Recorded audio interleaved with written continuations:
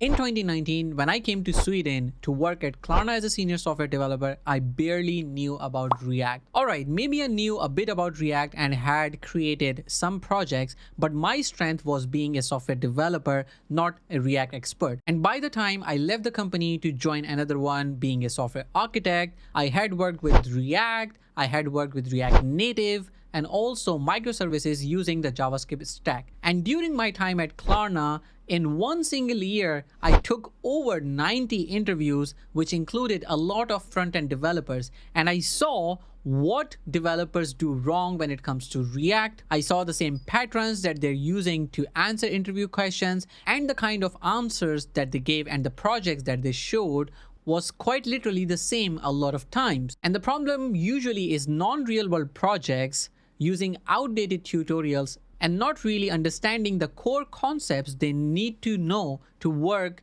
in a fast-paced team. Well, in the next 90-ish minutes, I'm going to teach you React in the way I wish someone taught me. We are going to cover the core concepts in details, look at live examples, and build a real-world production application that will be creating AI-based images and AI-based what I call AI monts. There's gonna be no fluff, no outdated content, just modern React concepts, which when learned and implemented properly will most likely get you hired. Let's go. All right, so first what you need to do is to go to the GitHub repository, which you can find in the description of this video. And of course, if you like the video at the end, make sure to give this a star so other people can also have some visibility over it. Once you go ahead, you can click this button, click the link to copy it and then clone in your repository. I have already done that and I'm using this new ID from Google called Anti-Gravity, and I'm in absolute love with this one. At least right now at the time of recording this video, the free credits are available for Gemini Pro 3, which is the research preview, and Claude Sonnet 4.5 as well.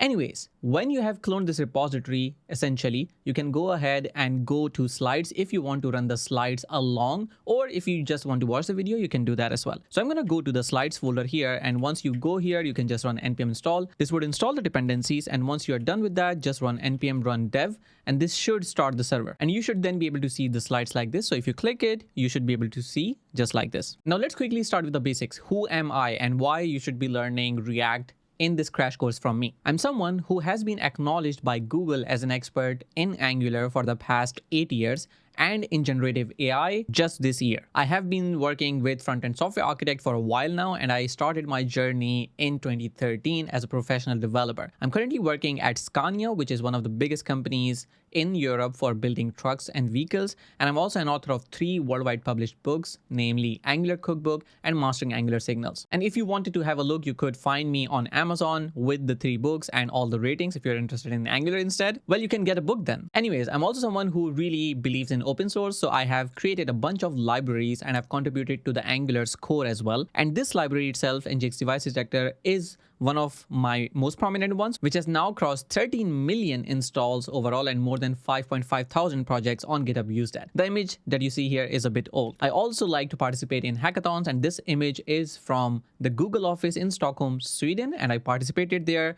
in an AI hackathon, and I won the hackathon with this gentleman named Adam. And I'm also someone who has been awarded by different institutes and communities like JavaScript Poland as the hero of education just last year in 2024. And I also have been featured by Google a few times, including this one, which is on Google's official LinkedIn account when I was working on a campaign with Gemini. Now let's move to what you're here for. What are we going to learn in this video? So this is React in 90-ish minutes, and this is based on a pattern that really helped me grow as a developer when I was starting. And these 60-ish, 90-ish minute tutorials really helped me. So let's talk about what you should know so far. You should know HTML, of course. You should know JavaScript ES6, especially things like arrow functions, destructuring objects and values, because we are going to use that quite a lot. And then a bit of CSS, even though we are not really going deep into CSS in this tutorial, it would still be nice. So you can make this whole tutorial and the project I'm going to show you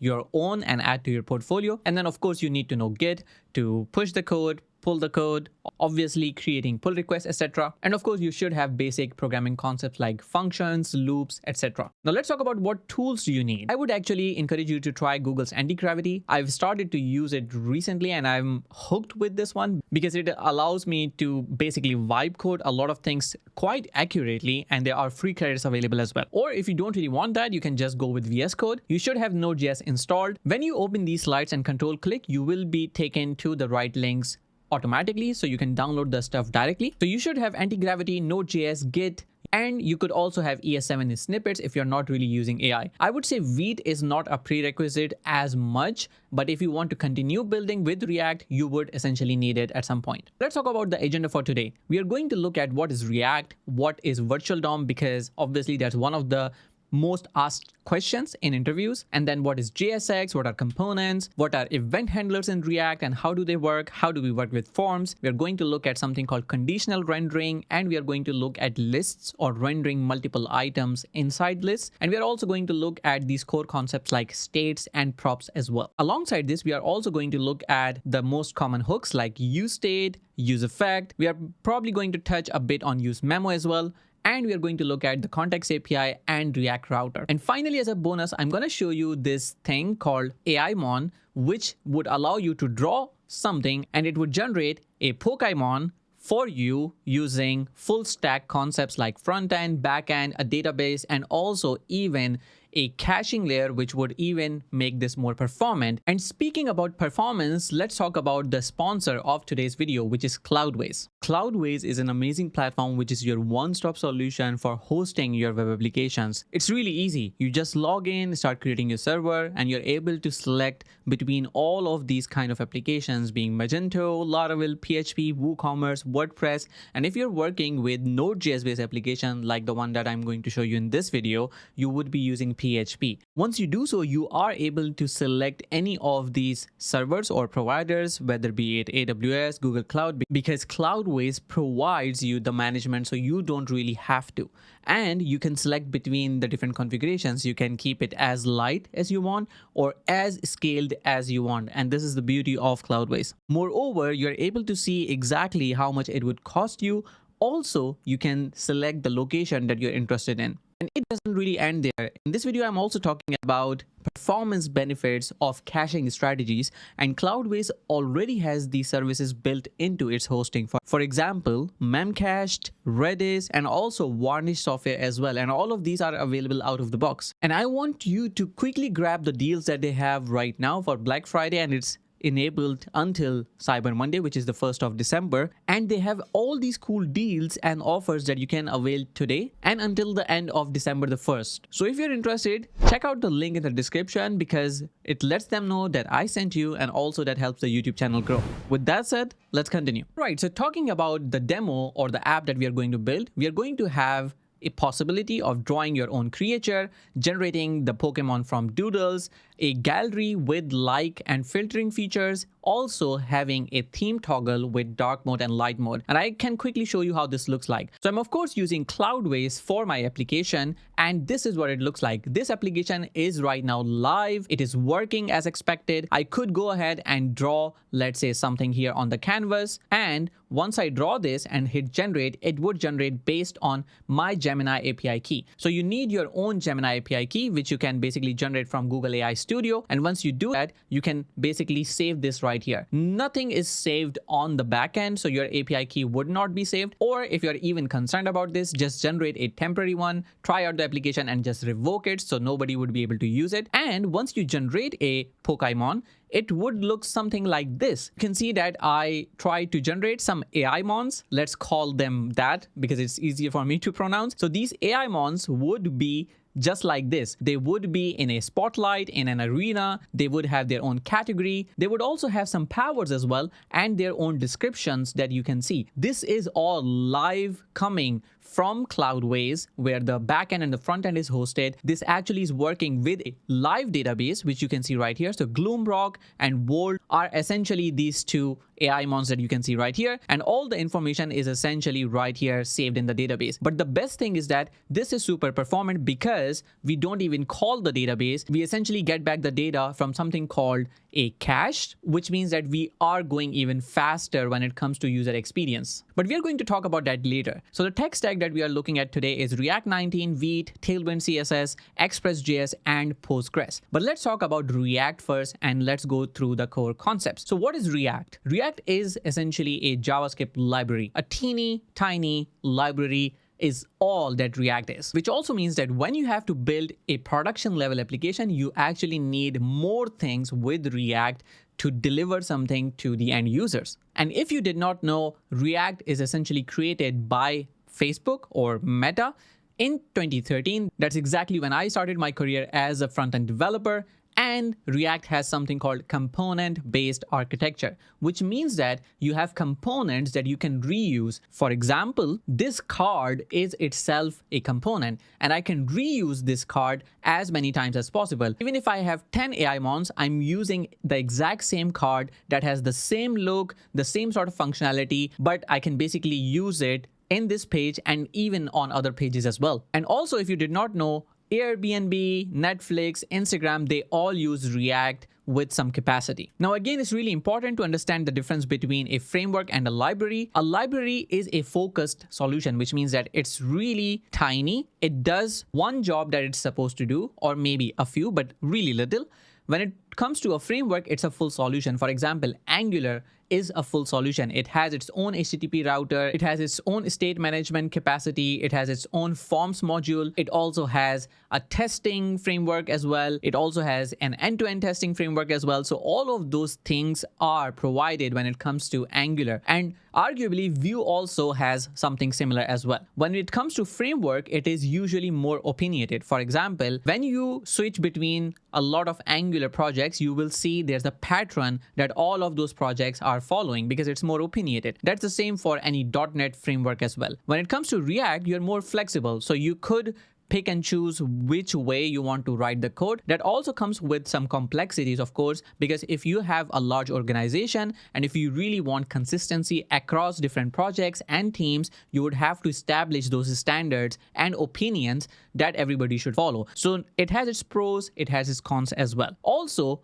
the frameworks usually have their built-in router. With React, you can choose your own router, but there is sort of an unofficial opinion of the community on what they prefer, which is the React router. Now, let's talk about components. What is a component? As I mentioned, anything that you see on the UI essentially would be a component. In our example, this whole card is a component. This header itself is a component. Even this feature of setting the Gemini API key is a component as well. And if you go to the home page here, generating this whole thing, which is essentially a page, is also a component, which could be composed of different nested components as well. So you can basically divide components into reusable UI parts within a React app. For example, here you can see that the top level component we call it root. It could have a nav bar or a header, and it could have a list of multiple items, and each item can be a component. So you just have to create the item component once. The text inside could change, but it's the same component being used. And you can always install developer tools for React. For example, here is one, which is the Chrome extension. And once you install it and go to a React application, you can just right click here, go to inspect, and in here you will find this components tab. Now we can actually look at which components are available in the application of this AI mon. Here you can see that we have some UV, TV. These names are essentially changed, but you could see that we have this link right here, which is a component. The same link component can be seen here when you click generator. When you click on this gallery, it's also the same component. So this is the component hierarchy that we can see. We have these shortened name because this is running in production. So React basically changes those. But when we run this in development mode, we can actually see the names of the components themselves. Having said that, let's actually talk about how do we really create components in React. We use something called JSX, which essentially means we have HTML written in JavaScript. Now, if you already have experience with HTML, you already know that HTML and JS basically don't mix with each other. However, you can write JavaScript inside HTML, inside the script tag. But here, you're essentially writing HTML inside a JavaScript file or a JSX file. And it is important to note here is that this is not a string. We are not really wrapping this HTML inside quotation marks, which would basically make it a string, but here the type of this element is essentially a JSX element, so to say. And behind the scenes, what it compiles to with the React compiler is something like this. It essentially converts this JSX notation to this react.create element, which essentially has an h1, has this text node inside. So that is what it does. But we almost never look at this code at all. We only work with JSX. So it's just good to know, but you don't really need to remember this or work with this. Now, there are some rules to working with JSX. For example, all JSX elements should have a single parent element. JSX elements should also have class name as an attribute instead of class. So you already know that when we have to apply CSS classes to an HTML element, we essentially use class. But in JSX, you cannot do that because class is a reserved keyword in JavaScript. And a JSX file is a JavaScript file, essentially. So when you use this class in HTML tags, it essentially gets confused with, is it really JavaScript or is it JSX? So that's basically why they came up with this idea of using class name instead of class. Similarly, all tags must be closed. So just like we have the image tag, we have the line break or horizontal row, we have to close those tags, and we are going to see an example for that as well. We also have the possibility in JSX to use JavaScript within HTML tags using these curly braces. We are going to have a look at that as well. And any inline styles that we have, for example, background color, font size, padding bottom, etc., they all have to use the camel case properties. We are going to have a look at that as well. So let's have a look at this first. We have the first JSX rule, which is the single parent. We cannot return multiple parents from a component. And for testing this, I want to go to stackblitz.com, where you can create React applications in your browser. So I'm going to go and click new project. Here, I'm going to select React with TypeScript right now. And in a few moments, I would have a working React application right here, which I can preview as well. So I'm going to zoom in a bit. And now I'm going to go inside source and app TSX. I'm going to essentially remove all of this so I can show you what JSX essentially looks like. So here, a React component with JSX looks like this. It has to be a function, and it has to be something that returns HTML. So I can say return, and here I could have a div, and I'm going to close the div tag here as well. And here I could have a heading, for example, h1. Here I could say something like hello, and here I could say a p tag, could have how is it going? And you can see right here that we are rendering both of those things right here. Now, when we say it has to have one parent, what we mean by that is that we cannot have this being returned directly like this. This means now we have two parents, h1 and p. And you can already see that React is basically starting to cry now, and it's saying that the adjacent JSX elements must be wrapped in an enclosing tag, which means that you cannot really have two parent elements. You either need a div for this, or you could use something called a fragment, which means that if I go ahead and remove this from here and here, this is now considered a fragment. This is also something that is asked in the interviews as well. But what is the difference between these two things? Let's check it out. I'm going to revert this to being a div and right click here and go to inspect. And if I go to the HTML tags here, you can see inside the body, we have this div with ID root, and inside here we have this div, right? Now, when we use a fragment, this fragment is not rendered in the DOM. So it would not create an element right here in the HTML. So if I remove this and remove this, you can see that here directly inside the root, we have now these two things. So it is possible to return two elements from a component, but not without a fragment. So you can basically either have an element at the top, which should be one single parent, or you could have a fragment, as you can see right here. Now, before we go further into components, I want to talk about how React essentially works. So how does a usual web application work? Well, you have your index.html. So the index.html is what you see in the browser, and the index.html loads CSS and also JavaScript. In a React application usually created by Vite, as you can see, we have this vite.config.ts right here. You can see that the script tag refers to this main TSX. So in the whole HTML, we have this head tag, and then in the body, we have only one thing, and that is this div with ID root.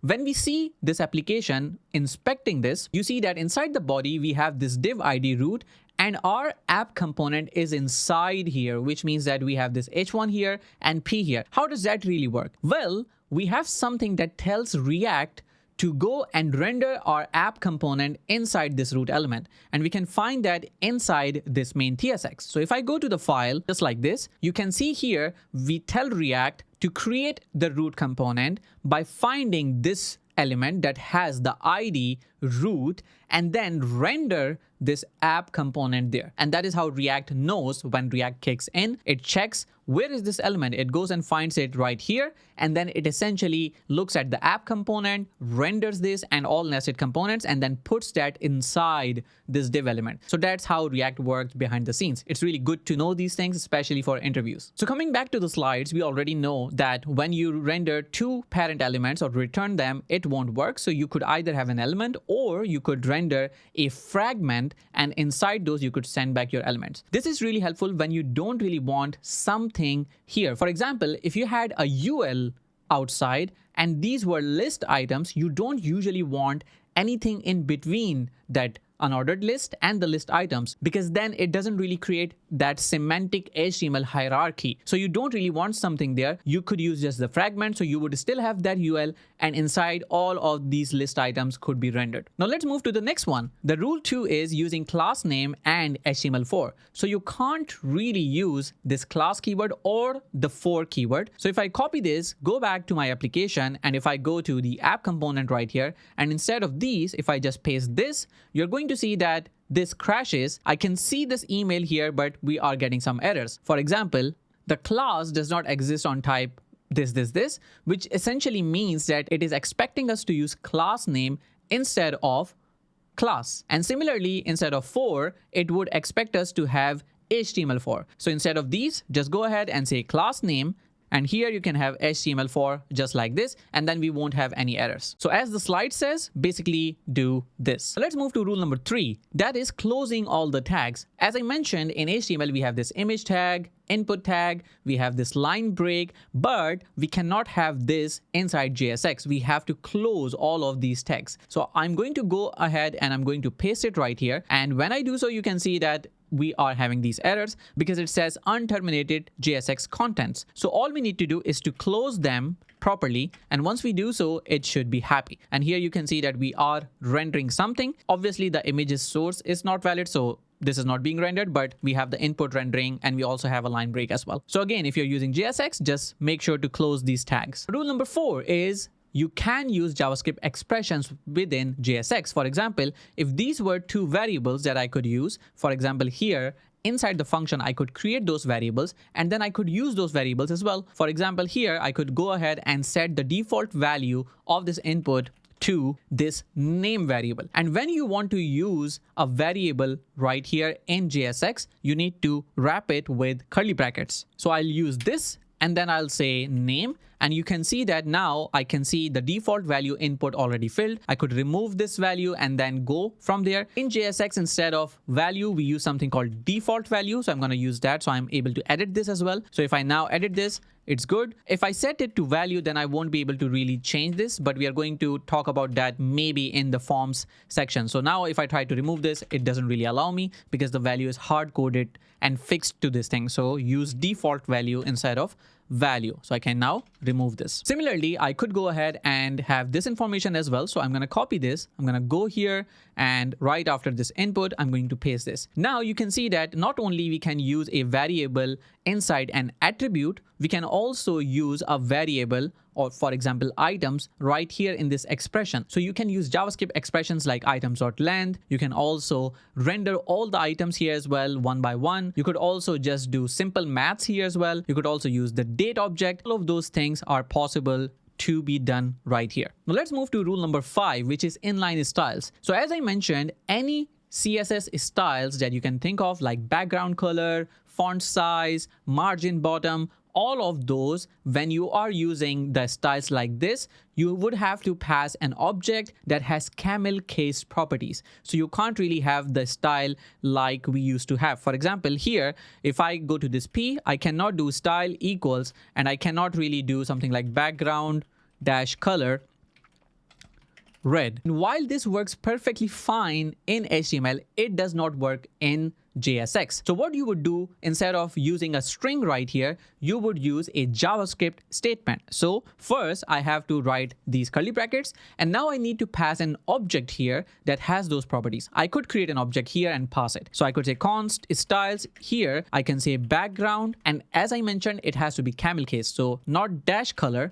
but rather color. And here I could say red, and now I can go ahead and pass this variable here, and now you can see that this particular p tag already has this red color as background. I could add more styles here as well, like I could say the color here could be white, and then you'll see that changing as well. Great, let's move ahead. We are moving ahead to something that is almost always asked in a React interview. What is virtual DOM, which is React's superpower? So the problem with normal rendering or a library that has to refresh the UI is that when you work with browser and JavaScript, it is single threaded, which means that everything that you want to do is happening on the same thread. Now, when you want to do something really heavy and the thread gets blocked, which means the whole UI would just stop. You cannot do anything at all until that process is finished. For example, if I run this thing, which goes into the UI and updates the text content, and it would take 1000 DOM operations, which basically means that your UI is going to be stuck. So one of the most costly operations with front-end development is updating anything on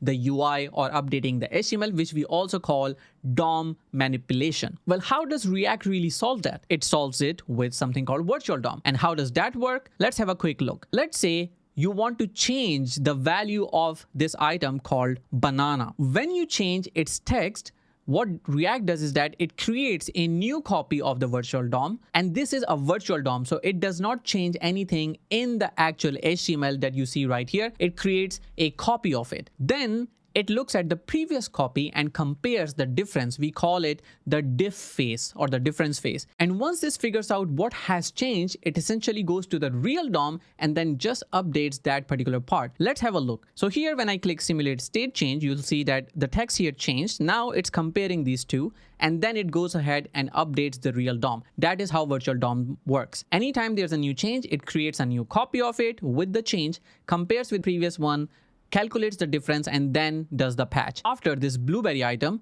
what would happen then? So when we click this, you'll see that there's a new item here. Now we are comparing this, and then it goes ahead and adds this new item into the DOM. And that is, in short, how virtual DOM works. But you can obviously see the slides, try it yourself, and then get more clarity. So in short, React creates a lightweight copy of your DOM, so it's not as heavy, because real DOM objects have a lot of things attached to them. For example, even this input would have styles attached to it, CSS classes attached to it, also other properties as well. And not only properties, but functions as well. So it creates a light copy, then it compares the old virtual DOM versus the new virtual DOM, which is called diffing. Then it calculates the minimum changes, as I said, and then updates only what changed. And here is sort of the process. So whenever any state changes, a new virtual DOM is created, there's a diff, you calculate minimum updates, and then you batch it. This is also another example or view of this whole thing. If this is what the old virtual DOM looked like, you had a div that had an h1 and ul, and the ul had 3 list items. If only one of them changed, which is this value from b to x, then only this would be updated in the DOM, and that is really important. And that is also the reason why keys really matter, because if you have a bunch of list items, let's say 500 elements on the UI, React has to know which one changed. If it doesn't know, it has to re-render everything. It has to delete all those 500 elements from the DOM, which means from your HTML, and then it would have to re-add them again. So imagine doing that whenever you are changing something here and there, or deleting a single item or adding a single item. React would just go crazy. That is why it's really important that when you're looping over some things and you're rendering a bunch of list items, you always use this attribute or prop called key, and it should always have a unique value that is unique to the item that we are talking about. Now we are going to talk about components, which are the building blocks of React. So When we talk about components in React, this is how you would create a component. You would create a function and you would just return an HTML from it.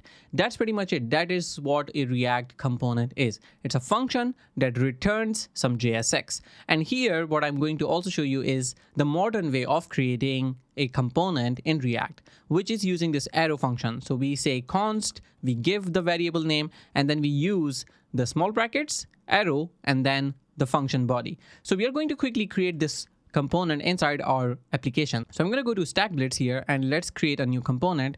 And here we are going to call this welcome.tsx. And inside here, if I just paste this code, this is a React component. We are going to start with something simple. So I'm going to remove this bracket from here, and here I'm just going to say hello, and here I can say world.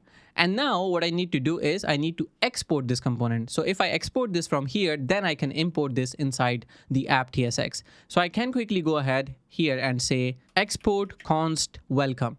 And now that I've exported this from here, I can go ahead in the app TSX and I can quickly go and say import here and then from, and then here I can say in quotations welcome. And now I can quickly import this welcome component.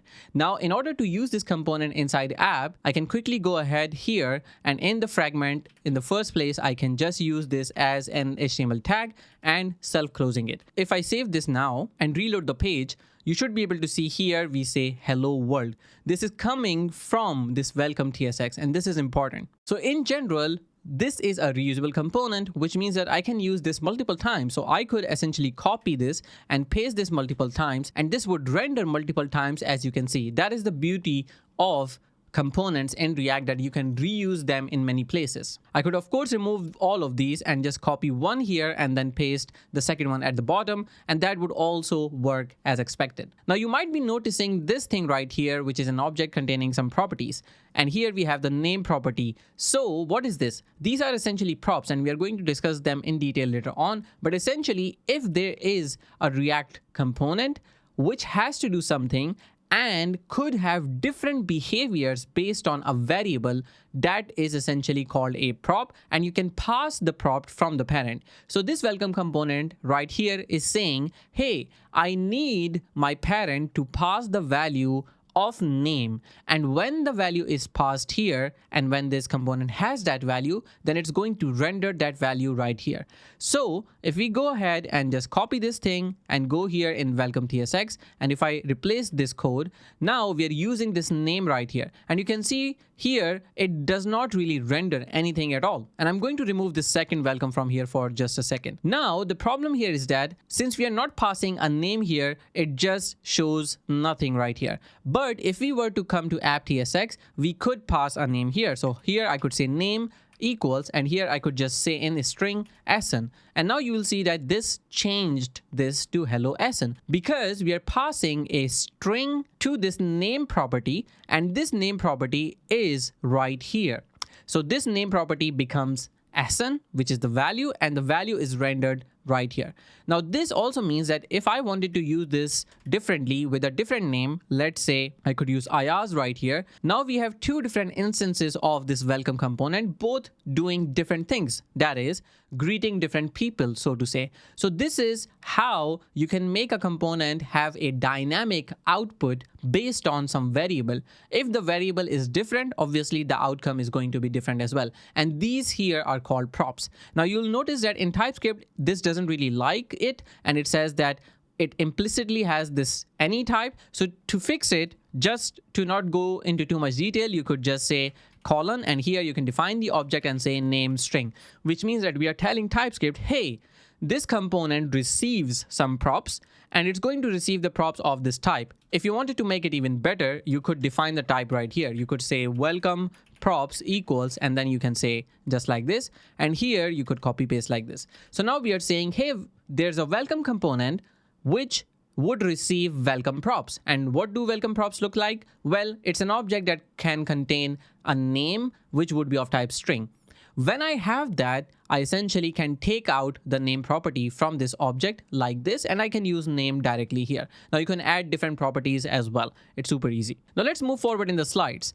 When we talk about components, there's also another way of creating components, and that is class-based components. Here, what we saw was functional components, which is the modern way of basically working with React. And if you are a developer who's joining their first company, it's most likely that they are using functional components, unless and until you join an enterprise company which has code that is 10 years old, then you may actually see class-based components there as well. So it is good to know that there is a way of creating components using classes, but it's not really used anymore. Now let's quickly jump to props. We already had a look at props, which basically is that your component can request different values from outside. So in this case, the user card is a child component and the app is a parent component.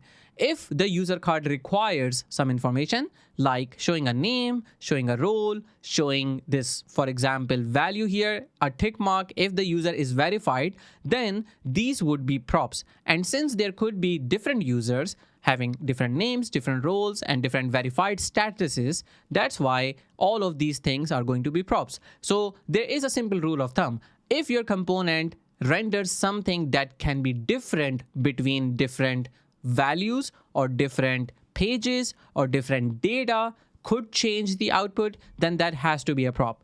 As simple as that. So in this case, we have a single user card which is being shown right here. So what I'm going to do is I'm going to actually copy this function and I'm going to go ahead and create a component out of it. So I can create a new file here. I can say user card.tsx. And again, here we are using TypeScript. So we are creating TSX. Otherwise, if it was just a JavaScript project, we would just use JavaScript or JSX. So this is the component, but I'm going to convert that into an arrow function. So I'm going to say const user card equals, and then right after these small brackets, I'm just going to use this arrow. And if you want to create the types of it, you could obviously create those as well. So here I could say something like type user card props and equals, and here I can define the type. We're going to have the name of type string. We're going to also have role of type string as well, and here we could have a verified, and that would be a boolean in this case. And here I can quickly go ahead and say colon user card props, just like this. Now this role could be either a string or could be a union type, so to say. So this could be, let's say, admin or user, for example. And that is also valid. And now I can export this user card from here as well. Now we have a working component.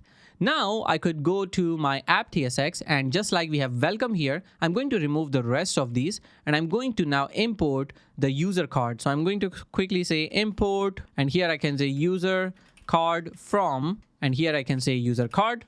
And now I can quickly go ahead here and just below welcome, I can render the user card component like this. And I'm going to remove these things as well since I'm not really using them. Now, if I reload the page, you will see that we just see hello SN. We don't really see the user card because we are missing those props. Here you can see it says, I'm not passing anything. So it's an empty object. It's missing the name, the role, and verified. So here I can quickly go ahead and say name is going to be SN in this case. We would have the role, and as soon as I do equals, you will see that I can only pass either admin, and you can see IntelliSense gives this to me, or I can say user, but I cannot say XYZ. That would not be accepted because the type just says either of these values are acceptable here. So I can quickly say this one is a user, for example, and I'm also going to say the verified in this case is a boolean, so I'm going to say true. Now you can see that here it says SN user, and then we also have a tick mark here as well. If you want, you could obviously style those as well. For example, here I could say style. I could give this an object, and I could say display is going to be flex, and the gap is going to be, let's say, 4 pixel. And I can also say that this is going to be having align items just center. So we have something that is like this. Maybe we could increase the gap like this. And now you can see that we have a name, we have the role type, and we have a tick mark as well. If instead of verified true, this was false, then we will not see that tick mark at all, because here we're using a check that says if the verified is true, only then render this span. And we're going to look at that as well later. But here we have a user being rendered. I could go ahead simply and create a new user card. Here, it could be Ayaz. the role could be admin in this case, and the verified could be true right here. So now we see Asan, who's a user, and Ayaz, who's an admin and also is verified as well. And I could create the same user card for many users, of course. Now that we know how to actually create components using JSX and also how to define props to say this component is going to receive these values or these props, and this is how we pass the props as well, let's move forward. So now we are discussing something called children prop, which essentially means that if I'm using a component and I want to pass some things inside, I could just use this children. So what this is doing is that it says, hey, it's a card component, which is a React component, but inside that we have a div. This div has a class called card. Now, this card could have different styles, for example, padding, margins, something, and it could have some content inside as well. So the beauty of this whole process is that I can use the same card component, but have different content inside. This is also called content projection in a lot of other frameworks as well. So what I'm going to do now is I'm just going to copy this and I'm going to create a card component. So let's quickly go to source and I'm going to say card.tsx, and here I'm going to just paste this. And I'm going to change this to arrow function. So const card equals, and then this is the arrow function. And here I'm going to also say export. Now here, if you just wanted to get rid of this TypeScript error, you could quickly go here and say colon. And here you can say react.props with children. If you do so, then you can see there's no TypeScript error anymore. Now let's quickly have a style around this card. So if I go ahead inside the app CSS and if I add some styles at the bottom here, I could say something like card. Here we could have padding, let's say 8 pixels, 16 pixel. We could have a background color of 333 and color is going to be white. If that is the case, then I could now go ahead in my app component and I can wrap this welcome component inside a card. So I could cut this and I could say card, and this would automatically import this. If I click here, you can see that there's an import added right here. And now I can basically use this card component and make sure to close it. And inside here, I can paste the welcome. Now here you can see that this hello Asan went inside this card. I would also want to have some rounded borders. So I'm going to go to app CSS and here I could say border, radius and 16 pixel maybe. So here you can see this is rounded. So now I have a card component which essentially can render different things inside. For example, I could have these two inside a single card. So if I go to app TSX, I can essentially cut both of them and I can say now I have another card right here. I'm going to close this and here I'm going to paste this. Now you can see we have two different cards right here. Now I could essentially have some space from here as well. If I go to app CSS, I could go ahead and say margin bottom is going to be 8 pixel. And now you can see that there's some space here as well.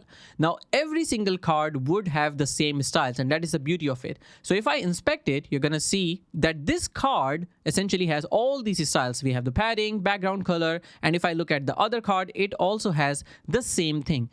First card renders the H1 only, which is the welcome component, and the second card renders two different things. It renders the first user card and the second user card. So to summarize, anything that you put inside here when rendering a card would go directly inside here where you're rendering the children. Now you could have a div that could have its own content. For example, it could have a button right here that says click me. And then you could have a paragraph right here, which could render everything inside. You could have a paragraph. You could also have, let's say, a section right here. And you want the children to render inside here. So if you paste it here, then this is what the whole template becomes. If I open this right now, you're going to see that every single card essentially has a button.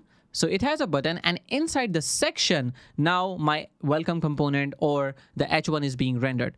So if we navigate around that, we have this card component, which is right here. So this is the div that has the class name card. Then we are rendering this button, which comes directly from here. Then we have the section, which comes directly from here. But inside the section, we have this H1. Where is this coming from? Well, the app TSX uses this welcome component as the first one. So when we look at the welcome component itself, this is the heading that is coming from here. So essentially, we're rendering the card inside. We are rendering this H1 from the welcome component. So it becomes a bit more complex when you're using all of these things together, but I hope that this makes sense. And And now let's add some interaction to our React application, and that comes with event handlers. So we are talking about how do we make components interactive? How do we handle clicks? How do we handle key bindings or key up or key down events when the user is typing in the input and when we submit forms? So when we talk about basic event handlers in React, this is how it looks like. You essentially have your button component, for example,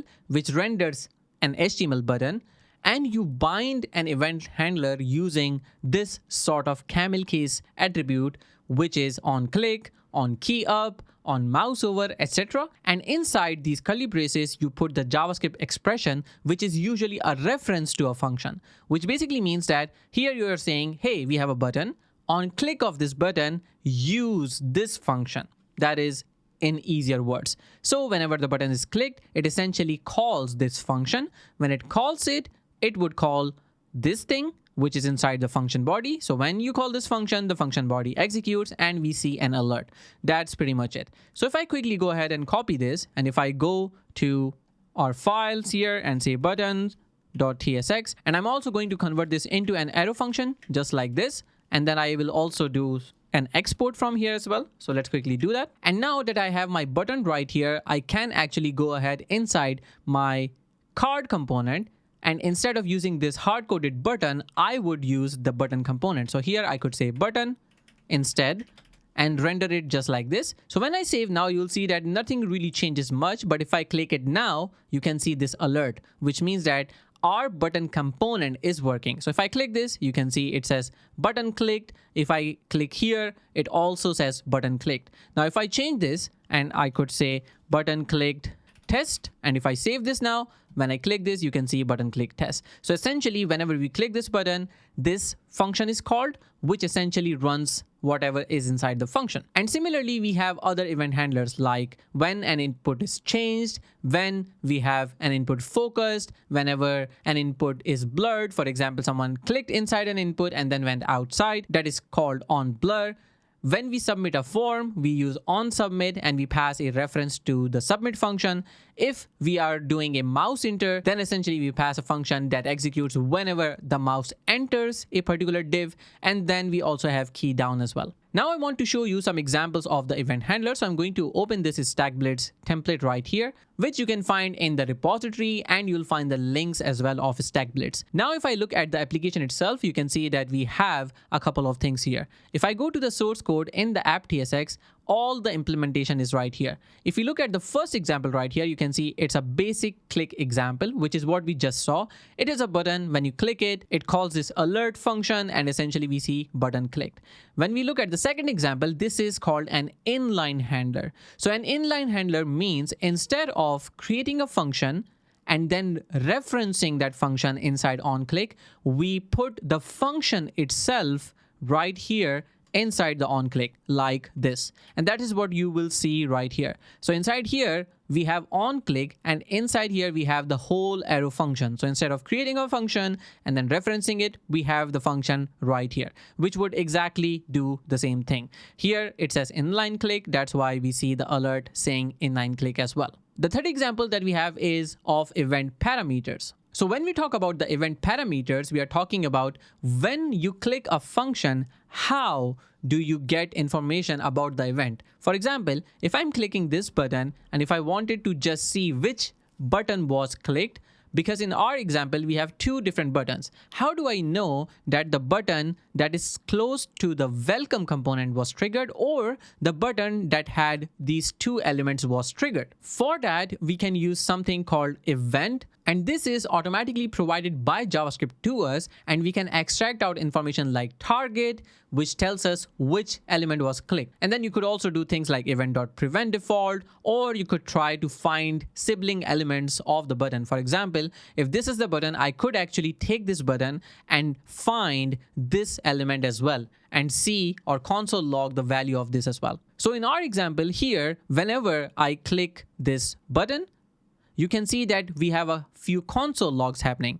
So to look at those, I'm going to right click here, go to inspect and go to console here. And you can see here that we have this event right here, which is the synthetic based event. We also can see the target. So if I mouse over this target, you can see that the button right there is being highlighted. So we can extract information which element was clicked by just using event.target, and then we also had this type, which is event.type. So when we click a button, the type of the event would be click, as you can see right here. But let's say we wanted to greet these users as we have these user cards, and whenever we clicked the button adjacent to the user information, that user is shown in the alert. What if we wanted to do that? If we want to do something like that, then what we could do is we could go to the user card, and here we could start introducing a button. So before I do that, I'm going to remove this button from the card itself. So we are not really using that, and I can remove this import from here. So now if I reload here, you can see we have simple cards right here. Okay. So the card component just shows a section with the children. If I go to the user card right now, we have the H2, which is the name, we have the role and the verified. Now I'm going to go inside our user card component, and I'm going to add a simple button here as well. I'm not using this button component anymore to not complicate a lot of things. So if I go here and if I go to user card, I could go ahead and add a simple button. Let's say it's called button, and here I say show user info. Now I could actually rename this to user info to make it better. And the beauty of this is that if one user card has this button, the others also have the same button. So I don't really have to repeat myself. Every time I need to change the behavior of the user card itself, I just need to update this component, and all the instances essentially get this information. Now, when I click this button, I want to alert the value right here. So what I'm going to do is I'm going to quickly create a function first. So I'm going to say greet user, and here this function would take the information. So this function can take the username in this case, and it can say alert, and here I could have a backtick, and I could say hello, comma, and I can just use the variable username here, which means that now I can say whenever I click this button, it's going to call greet user, which will alert the user's name. So what I need to do here is to say on click, and here I'm going to use the curly braces, and here I can paste this. Now the thing is, if I try to just save this and run this, you will see it says object, and that is because I cannot use this notation here.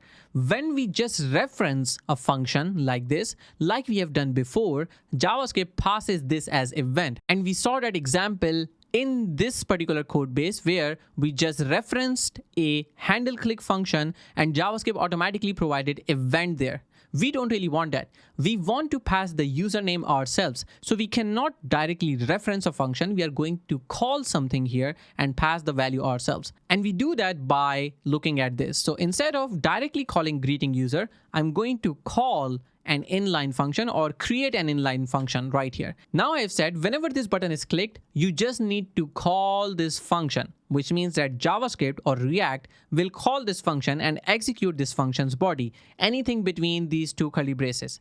Now when this will call it, I will manually call greet user myself like this, because now I'm using these small brackets. So I'm calling this function, and now I want to purposefully pass the name as the username. So here you can see that we are passing the name, and here I can also define that this is going to be of type string. So now when I save this, you will see that when I click user info of SN, you can see it says hello SN, and when I click the user info of Ayaz, it shows hello Ayaz. So that is happening because whenever we click now, it goes here, it takes the name of the current user card, which is right here. So if it's inside this card, then the name is Ayaz, which is being rendered here. And if I'm clicking this button, then obviously the name is Asan. So it extracts that information and then basically goes with that. And we could probably also debug this as well. If I right click here and go to inspect and then go to sources, and I'm on Linux. So if you're on Windows or Linux, you can press Control P, or if you're on a Mac, you can say Command P, and now you can type user card.tsx, which is exactly this file we are looking at. And now if you go ahead to the place where we have this function right here, you can essentially see what comes here. And I'm also going to put a breakpoint, and you put a breakpoint by clicking this number here. So when a button is clicked, this is the breakpoint that gets called. So when I am right here with this user card, which is Essence user card, and if I click user info, you will see it comes here and breaks right now. So my application is paused at the moment, and the compiler right now is here. Now I'm calling the greet user function using the name we have Here you can see the name is SN because the card that I clicked the button inside is SN's card. So this uses this name, it goes inside the function, and here you can see the username becomes SN, and then it says hello username, which essentially gets alerted.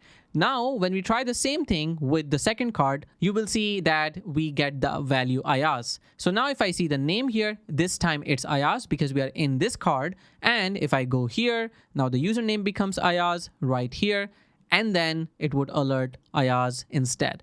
And that's essentially it. So now we have looked into how event handlers work and also how you can debug them when working on React applications. Great. And this is also an example of the same thing. So here we have a greet function that takes a name. And when you click on a button, you define this whole function, the arrow function yourself, and you call the greet method with the values. That's exactly what we did, but we did not hardcode the value. We essentially got the value out of the variable right here. So since we are calling greet user, we want a name, and the name is already provided from the props. So it comes from the props and we pass it to greet user. It comes inside here with the argument name called username and essentially just gets alerted. Now we're moving to another topic called conditional rendering. And in short, that means that you show or hide certain HTML elements based on certain conditions. But technically, they're not only shown or hidden, they exist on the DOM or they don't exist on the DOM at all. So we are talking about HTML elements being in the DOM itself. So how do we really do that? We essentially can do it like this. In JSX, when we use curly braces, as you know, we can execute JavaScript statements, and we are using this ternary operator right here to say if isLoggedIn is a truthy value, which means it is not false, not null, not zero. So all the false values, it's not that, it's a truthy value. Then it's going to render this. Otherwise, it's going to render this. So here I'm saying if the user is logged in, I'm going to say, hey, welcome back. Or if the user is not logged in, then I'm going to say, please sign in. So this is a really simple greeting component. So we can essentially create that and check this out as well. So I'm going to go and create a new component. I'm going to call this greeting.tsx. And here I'm going to just render this similar to this. And I can say const greeting equals, create this like an arrow function, and also do a quick export. And now I can go to my app.tsx, and here I'm going to render the greeting component. So here I can say greeting, as you can see, and this expects us to pass the is logged in. So I'm going to say is logged in. Now, when I pass this as false, you will see it says please sign in. But if I pass this value as a true, then you can see it says welcome back. So based on the value of the is logged in prop, it essentially changes what greeting renders. It could render this part, or it would render this part based on if it's true or false, respectively. Now we're going to look at another example where we use logical AND. So here we had a ternary operator, which means we say this is a condition, question mark. If that's true, then we render this thing. Else, with this colon, we say render this. When we talk about the logical AND, which is these two ampersand signs, we are saying if this whole thing is true, only then render this. And there is no else situation here. We are just saying render this thing only and only when this whole statement results in a truthy value. So when the count of notifications would be greater than 0, then we would say you have these new messages, 2 new messages, 1 new messages, etc. But if the count is 0 or less than 0, then of course this will not render this at all. Now let's talk about multiple conditions as well. You have the possibility of working with JavaScript in React components, of course, because it's essentially a function. So here you could basically use if-else statements. Here we have the status prop. We are checking if the status prop is loading, then return just this HTML, which is a div that says loading. If the status is error, then you essentially return a div that says error occurred. If the status is success, then it returns this guy. Otherwise, by default, this would return this particular div.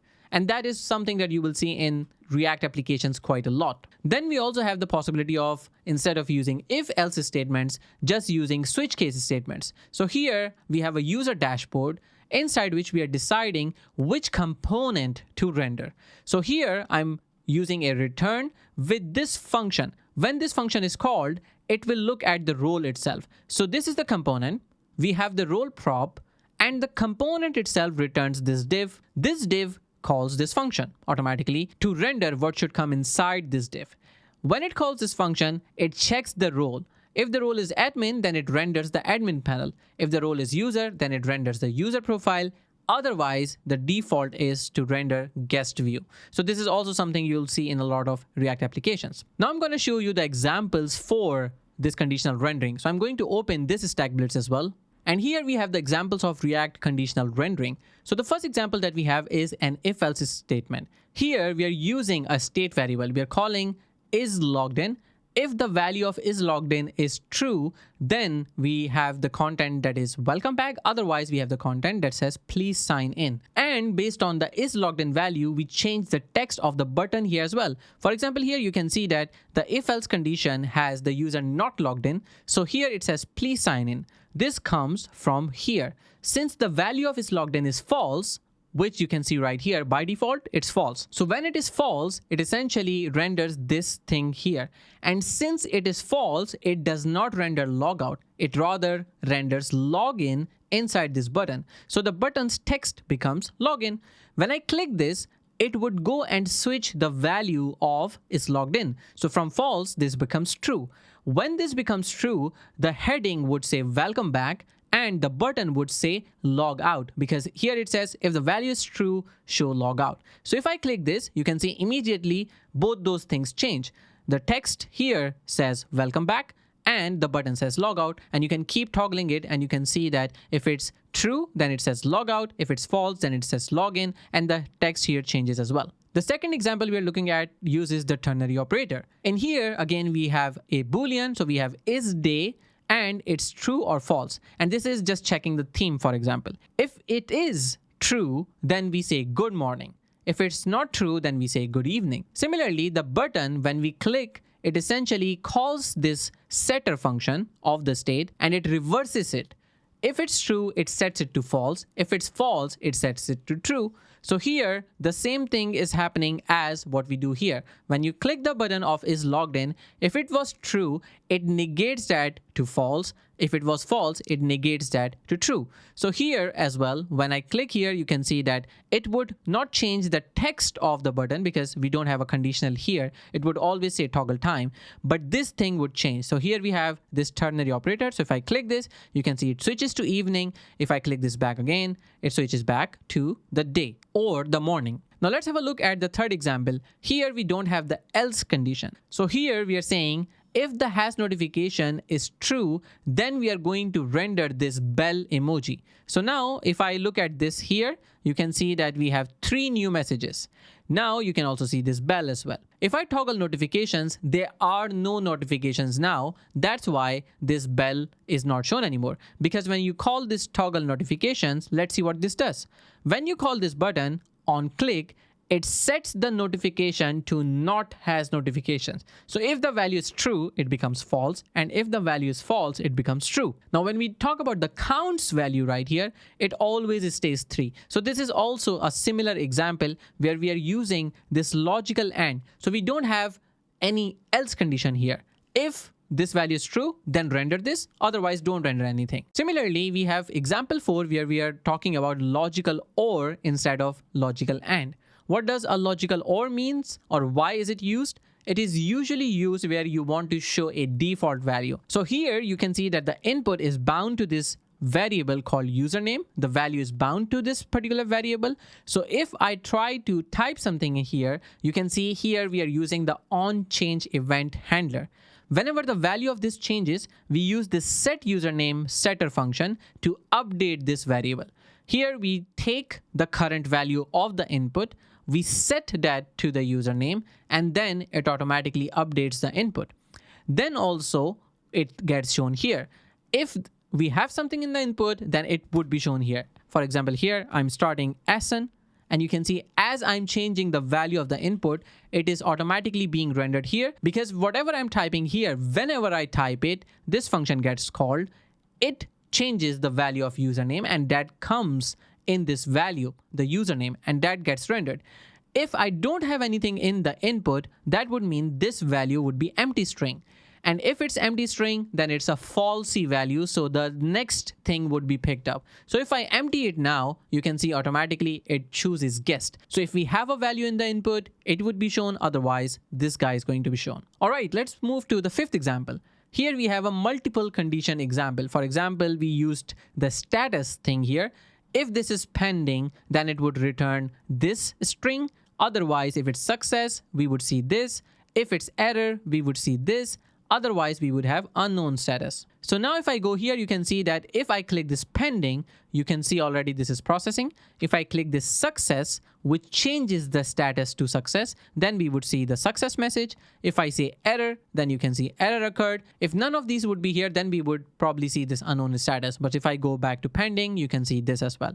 And you can see the handler here as well. When we look at these buttons, on clicking on the first button, we set the status, which uses this setter function. So we update the value of this variable to pending. Similarly, when the success button is clicked, which says success, then we pass this value to update the status. The status becomes success. This condition gets true. And then we see this success string right here as well. Great. Let's move forward to the switch statement. This is also pretty much the same. We have a state variable called role. We have a setter function called setRole, and the default value is user. That's why here we see user profile. Now, when we look at the content of the component, we have a div that should render something. It checks if the role is admin, then it returns this div. If the role is user, then returns this one, which is exactly what we see here. Why do we see this user profile here? Because the default value is user and we have not clicked any button so far. So by default, it's user. That's why it renders this. When we click the admin button, it sets the value of this role function using this setter function. So when we pass to the setter function the value admin, this admin becomes this role. And that's why when I click here, you can now see admin dashboard because the role now became admin. And that's why this is being rendered. If I click moderator, you can see the moderator panel, which is right here. If I click user, you can see the user profile. If I say guest, then you can just see access denied, which is the default case. Now, of course, there are many more examples here, but I want you to look into them and we can move forward. So now let's talk about lists and looping. How do we render dynamic data or lists? Or as we saw in our production application for this AI mon, you can see that we have a list of AI mons and we are rendering those cards somehow. That is what we are going to cover in this section. So how do we do this? We essentially have an array of different things. In our production application, we have an array of AI mons. And here you have an array of simple strings. So what do? We take that array and we map over it. When we map over it, we get two things. First, every single element inside the array we get in the first variable. And the second argument has the index. So here, whenever we render this li, you will see that this fruit, which is apple, would come first as a list element. Then banana would come as the second list element. Then orange would come as the third list element. And when it comes to index, the key for the first one is going to be 0. The key for the second one is going to be 1. The key for the third one is going to be 2. So I'm going to quickly go to the example of the React list and looping example. So if I go to the source app.tsx right here and we look at this, this is exactly what I talked about. Here you can see we have a fruits array with apple, banana, orange, and mango. And here you can see all of them being rendered. Now, if I right click this and inspect here, you will see that we have a UL that has 4 list items. And that is exactly what I'm talking about. But what happens if I add something here? So let's say if I say we have blueberry and here I say comma. Now you will see we'll have another one added here. So if I save this, quickly reload this and look at the list, you can see that we have 5 list items instead of 4. And I did not have to change anything in here. I just added one more item to the array and essentially it rendered itself. Now, if I remove one of them as well, you will see that it would have the same impact. Now, instead of 5, we have 4. If I remove 2 more, we would be just left with 2 of those. So it doesn't really matter how many items you have here. All of the array is being looped over here and we get each single item in the array one by one. So we get orange, which essentially renders this list item called orange. Similarly, we have the second element as mango. So if you open this, you can see mango right here as well. Now, Now I'm going to quickly revert this to how it was. Now, when it comes to arrays, I already mentioned that one of the best things that you can do for React is to have a unique ID for the key prop. So whenever you are looping over items, for example, here we have a users array and we are looping over it using this map function. And every time we have an element, we essentially get that inside this variable. So since we have this object coming first, we have the user.id equal to 1. Similarly, when the second iteration comes in, then we get Bob, which has the ID 2. So the ID becomes 2 here. So the best practice would be to always use ID which is unique and cannot be repeated in a list. And by the way, if React finds that you have multiple elements having the same ID, it usually gives you a warning as well, so you can fix that. Now let's see the example right here. In this case, we have the same users array. We have Alice, Bob, and Charlie. If I right click here and go to inspect and I go to select this app TSX, for example, I can actually go ahead and put a breakpoint here. So if I go here and put a breakpoint right here on line 31 and quickly reload, you can see that now I'm here. So we have the users array coming with the first user. This is Alice. And you can see the first user right here. Then if I hit play, the next time it comes with the user Bob with ID 2 and age 30. If I hit play, the third time the user comes here is Charlie with ID 3 and age 35. If I hit play, then it's going to just proceed with the program. So you can see here the users array contains these 3 things, and each time it comes with the user that we have. Great. And you can see that all of them are being rendered right here. Now let's move to talking about filtering different lists. For example, if you had a to-do application, which is the classic application that every developer creates when they are learning a new front-end framework, you would be using the same thing here. So you could go ahead and say you have a to-do list and you do a to-do list.filter with every to-do that is not completed. So the active to-dos would be shown right here. And then you say active to-dos.map, and then you can render those as well. That's how you can filter different elements within a component. So simply whenever you want to filter based on a criteria, use this filter on the array itself and it would render it just like this. Let's have a quick look at an example here. We do have this example where we have filtering list. This is example 6 right here. So if I scroll a bit down, you can see that we have all items as an array. Then we also have a filter. The filter is going to be what I type here. And then I'm creating another array here that I'm using this filter. So if I type, let's say AP right here, what happens is that we create an array called filter items. And if we have a filter active, we essentially convert that to a lowercase and we check any item that includes the word AP, then it would be part of the filter items. That is the easiest way I can put it.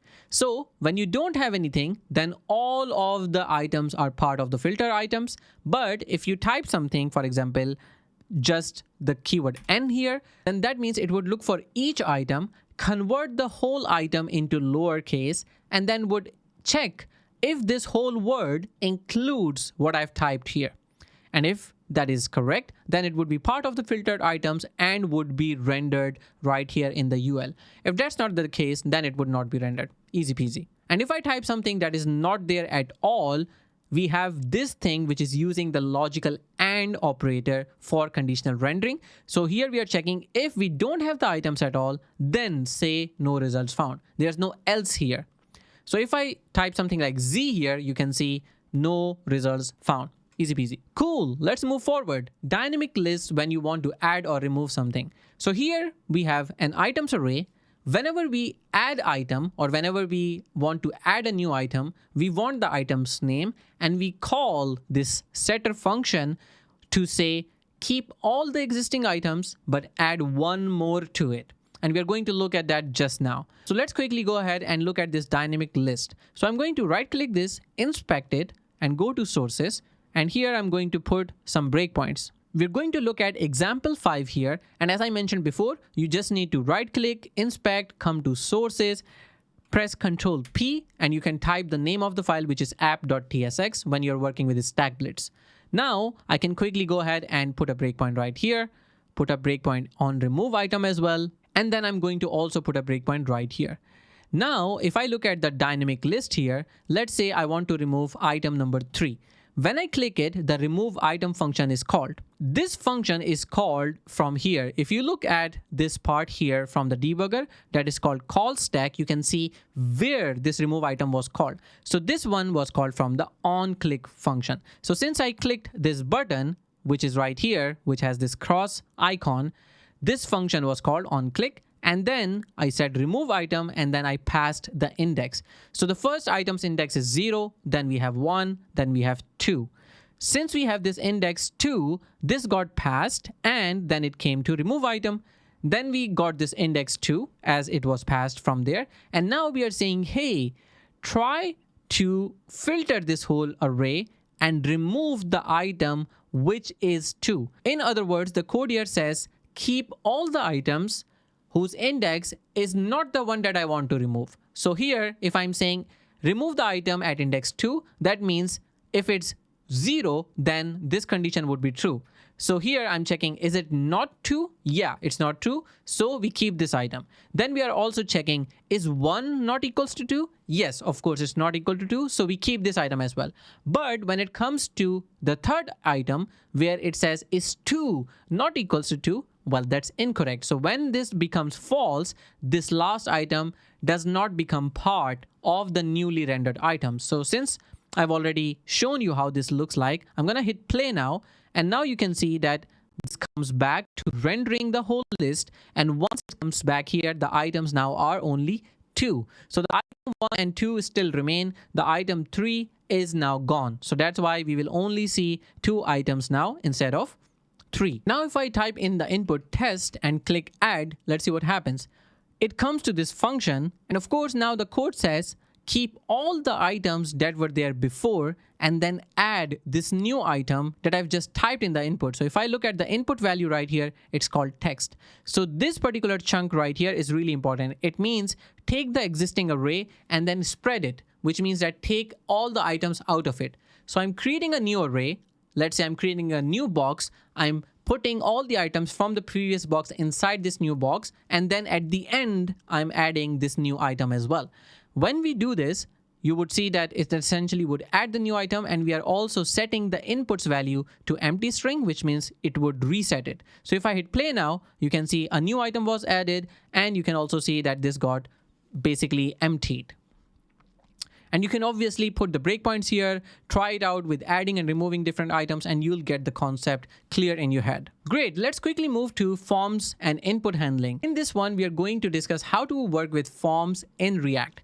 So let's say you have a component called name form. It has a div, it has an input that just takes your name, and when you submit it, it does something. In the case where you have the value prop of an input assigned to a state variable, that means React is controlling the input value. How? And what do we mean by that? We essentially mean that whenever you change the value, you just update the state, and React automatically takes the new value and goes ahead and updates the input. It essentially is controlled by React, so you don't have to manually do a lot of things. We also have something called uncontrolled input, but let's not get into that today. Let's have another example of multiple inputs.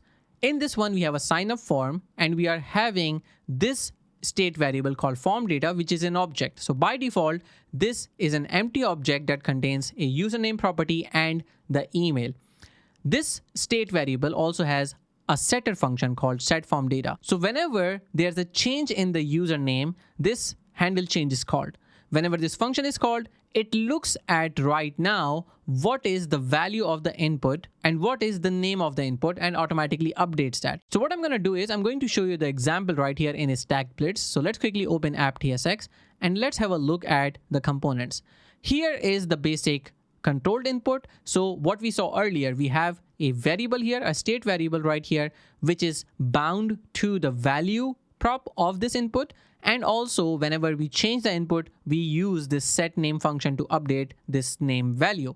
So if I say here SN, you can see that automatically it renders it in other places based on the form's input value.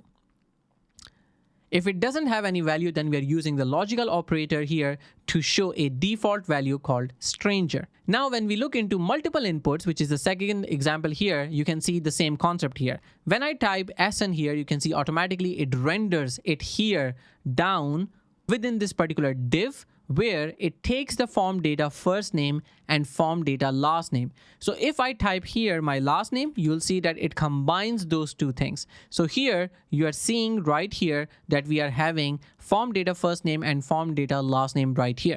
So what's happening right here? You create a state variable with all the inputs that you want, and we have 3 inputs. So we have an object that contains 3 different properties. Whenever there's a change in any of those, what we are doing is that we are calling this function handle change on all 3 of them. Now the function automatically gets the key for using it. So here we have the first name, last name, and email. We have the same thing right here as the name property as well. So what we do here is that we are being smart here, and we are saying all 3 inputs, whenever you change anything in there, just call this function. Then bring the element that was changed. For example, if I'm in this input, it brings that as the target. It takes out the name property. So it looks at this thing. This first name is cleverly similar to this first name. That's why they both match right here and the value is updated. I encourage you to debug this yourself. And for now, I want to move to form submission here. The form submission is just one step more in what we have discussed so far. So when you change the value of an input, you immediately have the whole output right here. For example, we have the first name, we have the last name, and we have the email as well. All of them in this form data. Now, when we submit a form, we need to take this form data and send it to an API server. That's what exactly happens right here. So when we have the input right here, which has the value assigned to the state variable, and also on change, we call the setter function, just like we discussed before. Whenever the form is submitted, we need to assign the on submit of the form to a function. When the form is submitted, let's say the user presses enter or clicks the submit button, then this function would be called. Then we can essentially send that to an API. Now, one thing that's really important is to use this prevent default, because by default, if you submit a form, the page reloads. We don't really want to do that. We don't want the page to reload. We want to take the data from the input and send that to an API call and immediately show the results, because we are using a single page application. So for the submission, we have 2 things. 1, we have the on submit handler, and 2, we have a button of type submit. So when you click this button, automatically this would call the on submit handler, and then it would automatically log this right here. Now, when we see the example right here, by scrolling down, you can see here we have form submission, and here I can quickly open the inspector so we can see that value. So if I go to console here, and if I go to form submission, here I could say SN, here I could say something like this. And if I submit, you can see here we have form submitted, and we can see the value as object of both of those things. I could change this value, submit again, and now I have the updated value as well. Great. And you can see that the page did not reload. Now, moving forward, we can also have checkboxes and radio buttons inside our form, just like we have a simple input. So here we have this checkbox, which is input of type checkbox. And you can also show the checkbox as tick marked or not based on this checked property. This is also another example of the controlled inputs, and it has the same pattern. Instead of using the input's value attribute, just like we did in the text inputs, here we use checked attribute. The on change remains almost exactly the same, but instead of using e.target.value, we use e.target.checked here. However, when it comes to radio, it's quite similar to the text input. The value property is being used here, and also when we have the on change, we use e.target.value. Let's take a look at the example here. So if I go down a bit, you can see we have a complete registration form where we have both radio buttons and checkboxes. If I scroll down to find I accept the terms and conditions, here you can see that we have this input of type checkbox. It has a checked property that is bound to form data.terms accepted. Similarly, when it comes to the radio buttons here, if we scroll a bit up, you can see that both of the radio buttons that we have right here have similar signature. We are using the value to define what kind of value it would be. For example, when I click this particular button, the value of the radio would be, or the radio group would become male. If I click here, it would become female. When we are looking at these inputs, the fact that it is ticked or not, so to say, or toggled or not, depends on the checked value here as well. So here you can see that if the form data has the gender set to female, then this one is checked. Otherwise, if the form data's gender is set to male, then this one is checked. So we are also toggling this. If you remove this thing, you will see that it would affect on if it is tick marked or not. And that's pretty much it. And since we are using a proper form here, if I try to go ahead and just say register, you can see all the validation here as well. So again, I would encourage you to look at these examples yourself and debug as well. Now we are finally moving towards state management. And to be honest, we have already discussed this in this video, and that was the idea, that was the structure that I had in mind for repeating the concept, so you already know when we get to this point. When we talk about the state variables inside React, we are usually talking about this useState hook. So whenever you want a variable in your component whose value is going to change over time, you need to create it like a state variable. It has a variable which always contains the current value, and it has a setter function which is used to update its value. We cannot directly say count equals something inside a React component. That's not allowed. By default, we would use this useState to extract out these two things, the variable's name and the setter function. And we can also set an initial value by passing it inside these small brackets. So if you had a user object, you could say user, set user, and by default set it to null when you have not retrieved it from the backend or from the API. That's how it works. Now, one of the things to keep in mind is that when you're working with the state updates, or when we are updating the variable, you cannot do this. If you do it twice, it's not guaranteed that the value would be incremented twice. That is because when you use the setter function, it is not synchronous, which means that this line of code will not execute after this. They could both be executing at the same time, and most likely that would be the case because React tries to update the state variables in batches. So let's say if you say count plus 1 and the count was 0, then it would add 0 plus 1. But when you run this as well, the count's value would not have been updated. It would still take the count as 0 and add 1 to it, which is still would return 1 to it, so not 2. What you would do is you would use the setCount method with this function notation. When you use this function notation inside a setter function, this variable always gets the latest value. So if you run this once, it's going to first get the value as 0. You add 0 plus 1. And when you call this again, now the updated value 1 will be here. And then you'll do 1 plus 1, which would become 2. So always use this sort of notation when you have to do multiple batch updates. Now let's talk about something called mutability. And this is a topic of interest in interviews as well. When we talk about the state being immutable, that means that you cannot go and directly update a state variable, which means that you cannot mutate a state variable. What I mean by that is that if the state variable is an object that contains a few properties like name, address, designation, you're not allowed to go and update the object directly, which means that you cannot do user.name equals b or user.address equals something else.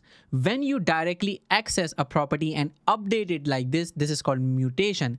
That does not re-render the component at all, and you will not see the changes. What you should do is that whenever you have to update the variable, you have to use the setter function. But even when you're using the setter function, you need to always provide a new object to the variable. This is really important, and that is because how JavaScript works with references versus values. So whenever you're working with objects or arrays, you need to change the whole reference. You need to give it a new object. So here, when you want to change, let's say, the name, you will say set user, a new object, and then you use destructuring. So here you're saying, hey, set user, I'm going to give you a whole new object which is somewhere completely different in the memory, and I'm going to ask you to destruct this user object. So take everything out of it. Let's say the user had address and designation as well. So it would take out the name, the designation, and the address, and would be destructuring those. So now this object has the name, address, and designation. But then I'm also saying, but change the name to B instead of A. That is what we are talking about. So whenever you want to update the object, you would take out everything that is there already, and then you will mention your updates to whatever properties you want.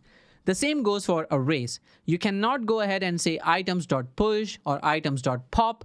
You will say, I'm going to pass a new array to you, which is at a completely different address in a memory, and I want you to now destruct the existing array completely and add a new item at the end. So that is how you would be using immutability, and you would be using the spread operator for doing both of those things with objects and with arrays. So remember to use these three dots as much as you can, because if you're working with a senior developer and they see this code, they're not really going to be too happy about this. All right, let's talk about one of the final bosses in the game of React. It's called useEffect. It's a hook that you need to learn how to use it and how not to use it at all. So what is useEffect and why is it used? It's used for handling side effects. Now, what are side effects? Anything that does not directly update the state is considered a side effect. For example, you're fetching a data from the server. Well, you're fetching a data. It's not really updating the state directly. And I'm talking about this in comparison of other things. For example, when you're typing something in the input, it automatically updates the state variable. For example, when you look at the first example we have, whenever you type something, it updates the state variable called name using the setter function. So you type something, it automatically updates the state. It's a one-to-one action. It doesn't do anything apart from updating the state variable, and React re-renders the part it needs to do. But when it comes to fetching the data from a server, well, you're not really updating a state until the data comes back. So that's why it's called a side effect. Similarly, any subscriptions, anytime you're changing something in the DOM yourself, anytime you're saving something in the local storage, anytime you're running a timer or a set timeout, all of those things don't really count as the state change, and hence they are considered side effects. So we use useEffect for these side effects. One of the biggest use cases of using useEffect is essentially making the API calls. So whenever you go to a particular page, that would mean you want to get some data from the API, and that would most likely have a useEffect. For example, when I'm on generator, I'm not really doing anything, but when I go to gallery, I have to make an API call. This is where you would use a useEffect. Now let's look at the use cases for this. You use this particular hook called useEffect by just mentioning useEffect in your component and passing it two things. The first one is a function. You give it a function that it can call. The second thing you give it is dependencies. These dependencies would be state variables. For example, if the name changes, call this function again and again, and that would trigger this useEffect whenever this dependency changes.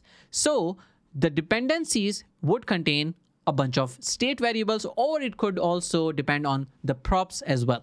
Now, whenever that would change, it would trigger this function and would run the whole body, apart from this thing right here. This thing is called a cleanup function. So whenever your component dies, this function is going to be called before your component is dead, or how we call in technical terms, unmounted. And when the dependencies change as well. And when your component is unmounted, then this cleanup function is called essentially. Now let's have a look at some examples. We have three ways you could use useEffect. The first one is to use it like this, which means you pass just the function, you don't pass the dependencies. This is going to be the least of the cases you'll see in your projects, because we almost never use it at all. This function means it would trigger on every single render of React. Whenever there's anything that changes within the component, this function would trigger almost. So we almost never use this. The other one that we have takes an empty array. This useEffect would only run this function when the component is mounted, which means it would run when the page is loaded or the component is mounted in the DOM, just once.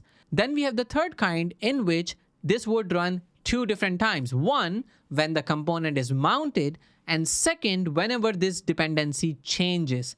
It runs on when the component is mounted as well, because by default you have a state variable having a value, and if it doesn't have a value, it's just undefined. So it would still run on the component mount and when the dependencies change. So it's really important to understand. Now let's have a quick look at the example itself. If I take this basic input example, and if I say whenever I change this input, I want to log the value of the input in the console as well. So I could go ahead and say I'm going to use a useEffect, and I'm going to obviously pass the first function here, and then I'm going to pass the second argument, and the dependencies would contain this name. Now just by doing this, I have told React that whenever the name changes, I want to execute this function. Now I could put a console log here, and I could say console.log, and here I could say the new value of the input is, and then here I can use this notation to just render name. And now when I save this and go here, you will see that as soon as I start typing here SN, you can see all the keystrokes that I did, A, H, S, A, N, all of them logged something here, because we are saying whenever the name changes, do this. That's why it's doing it whenever I'm typing something. Even if I remove this, you can see that now it says the new input is this, because the name got set to an empty string. What if I did this just once? If I remove this from here, then you would see, then when I reload this application, the new value of input is empty string. So it has run when the component got mounted. This is being rendered twice because there's a thing called strict mode in React, but you can just ignore it. But if I go and type something here now, you can see that we don't see any console logs, because this one only runs when the component is mounted. So if you want to do something on when component gets mounted or when the page loads, you would essentially use this notation. And if you manage to do something like this, then this would essentially mean anything that happens or changes, it would essentially just basically trigger on everything, even if the name is not changing. If there was a different variable right here, or if I had more state variables, if any of those changed, it would essentially log this thing. So be very careful before you use this. Now let's have a quick look at common mistakes that React developers do. So first of all would be you are using a variable, but you are not really having that in the dependencies, which means that if this variable changes, you will not see the value because it's not in the dependencies. So have that in the dependencies. Secondly, try not to have an object in the dependencies, because whenever you do this, that means that it would cause this function to run on every single render. Trust me, I've seen this code, so don't do that. All right, now we are moving to a topic of my interest, which is the context API. We have a problem in React, and that is when your component tree gets too nested, which means that you have the root, then you have app could have something inside, that could have something inside, that could have something inside, and you wanted to have some information sent from the top to a nested component or a very deep nested leaf. It would be really difficult. You have to change all the components to be able to get that prop and then pass that prop down as well. We're going to have a look at a visualization of it. So this is called the problem of prop drilling. Also something that gets asked in interviews quite a lot when you go for React interviews, of course. So imagine if we had app, header, nav, user menu, avatar, and all of these components are here. Let's say now I introduce another variable here. I want the avatar to also receive a unique ID. Let's say it's called UUID, and the app has to pass this. Now I have to go to all these components to add the UUID property, because if avatar wants UUID and app has to pass that, app cannot directly pass it here. App can only pass it to header. Header can only pass it to nav. Nav can only do it to user menu. So you understand the drill. It has to pass from the parent to the child, because that's how React works. And to solve that problem, we have this thing called context API. When you use a context, it doesn't really matter where in the component tree you want the value. You can essentially get the value right from the context. So there's no props passing or prop drilling. How do we do that? We first create a context. Then we create a provider. Then we wrap our application in this provider. And then anytime we want to use this context, we essentially just say use context, user context. This use context is something that React gives us. User context is something we have created ourselves, and that is that easy. So let's have a look at an example. When you have the user provider created, you will wrap your application inside this provider.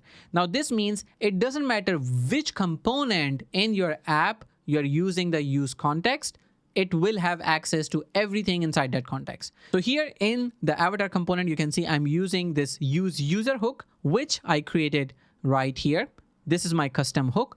So I'm saying use user is a hook that would use the context. So here I can quickly go ahead and just say use user, and I have the user information. I don't have to pass it from top to bottom. All right, so let's talk about some context best practices. You can create multiple contexts, but sort of distribute them based on concerns. For example, there could be a user context, so you could have use user. Similarly, you could have a theme context that could be use theme. And you may also want to wrap the right DOM tree or React tree based on where you want to use the context. If all of your contexts are on the app level, that would mean that if anything changes, those contexts would trigger re-renders on the components they are being used at. So you really want to be conscious of where you're providing your context. Also, don't use for frequently changing state. As I mentioned, if you're using all context at the global level, then if anything changes in the context, the component trees would try to access that information and render it. And if you have something that changes too frequently, that could mean re-rendering the components a lot of times as well. Then for your context, try to create custom hooks. Like I showed you, we have the use user hook. So you can create similar hooks for your use cases. And if you have a bigger application, try to use some state management libraries instead of using the context API. For example, Redux is a really good library, and Redux behind the scenes uses the context API, so you are covered there. All right, now we are moving towards having a single page application with React, but having different pages, which means you would have different routes even in a single page application. And that is possible by using something called React Router, which is one of the most famous routers that you could use with React. And why do we use routing? Because we have a single page, but we need different routes. For example, here we have the home page, which is the generator page, but I also want another page, which is gallery. And I don't really want to have both these pages just being on the DOM and showing or hiding one or the other. That's not my goal. Also, having a router makes this possible. If you copy a link and share it with someone and they directly go to the link, it would be possible to still be on that same link. If we had a single page application without any routing, then even the nested link would result in actually going here, and the user would have to manually go to the next page themselves, which is not a really good experience. So the benefit of using routers would be having multiple pages without having the page reload. You could also navigate between those pages as well. For example, I could go from this page to this page to this page, and you can see that this is not rotating, which means that I'm not reloading the page. Then you could also have browser back and forward support. For example, if I'm going from one page to another, I could now click back, and you can see that the route changes as well. If it was just a single application and I'm just clicking and showing and hiding different things, then clicking the back button would take me out of the application completely. Because it's not route changes, it would be just showing and hiding stuff, which is not what we want. And finally, as I said, you can have shareable URLs, so you can give it to someone and they can directly land on that particular page. So how do you get started? You essentially install the React Router DOM, then essentially you import the browser router routes and route from this particular package. And in your app, you wrap everything inside this browser router. Inside the browser router, you're going to define your routes, and then you define each single route. For example, here I'm saying on the route, I need to render the home page. When the user tries to go to about, I would render the about page. And when the user goes to contact, then I would render the contact page. And then in your header or in your nav, you could essentially use this link component from React Router DOM to create these links. So now when you click home, it would redirect the user to this route. When you use about, you can use this. And then when you use contact, then it would redirect the user to this contact page. Now this link component is to be used when you're working with React Router, so do not use the anchor tag or the A tag with href. directly use the link component with the React router. And great, that is essentially all the core concepts about React that you need to know to start building applications, and it just gets easier from here. You essentially can learn more hooks, more state management techniques, but essentially that is the core of how you build applications with React. Now I know that we covered a bunch of concepts and we have to see how they glue together. And for that, we are going to look at a workshop. But when you're building full stack applications, you already know some things about React. But what about backend? So in the backend, we are using this architecture for performance. And this is super important, especially when you have a bunch of users starting to use your application. So you don't really want a lot of database requests, a lot of API calls, and not a lot of server requests as well. So the architecture that we are using for this particular application, which is the AI mon, we are using in the front end React 19, Tailwind CSS, Vite, and on the back end we are using Node.js and Express.js. We're using PostgreSQL as the database and memcached.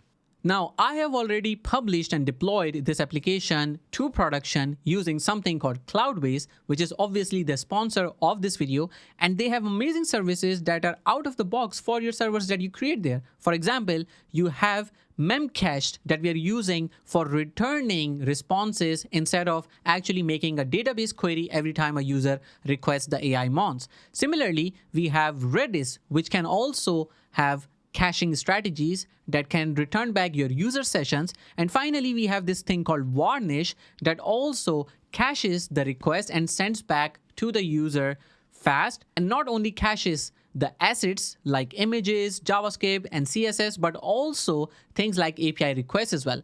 I have currently disabled this because I'm using a structure which doesn't really require it. But if you are concerned about performance, definitely look into this. Now, when we talk about performance, this is our caching strategy. Right now, we are using memcached in our backend server, which is an in-memory fast server, which means that whenever you try to go to the gallery, the first time you'll see it takes a bit of time and then it loads this information. But then if you go to generator and come back, you see it's really fast. Even if I refresh the application, which will basically restart React, it would still be really fast. So you can see how quickly it gave the response. But after a while, the cache essentially gets invalidated. So it would get fresh data, but while you are essentially navigating, it would make those API calls and would get response. And I can also show you the network request on how fast it is. So if I go to the network tab right here and open this on the side, I can show you that when we go to generator and gallery, we send a request.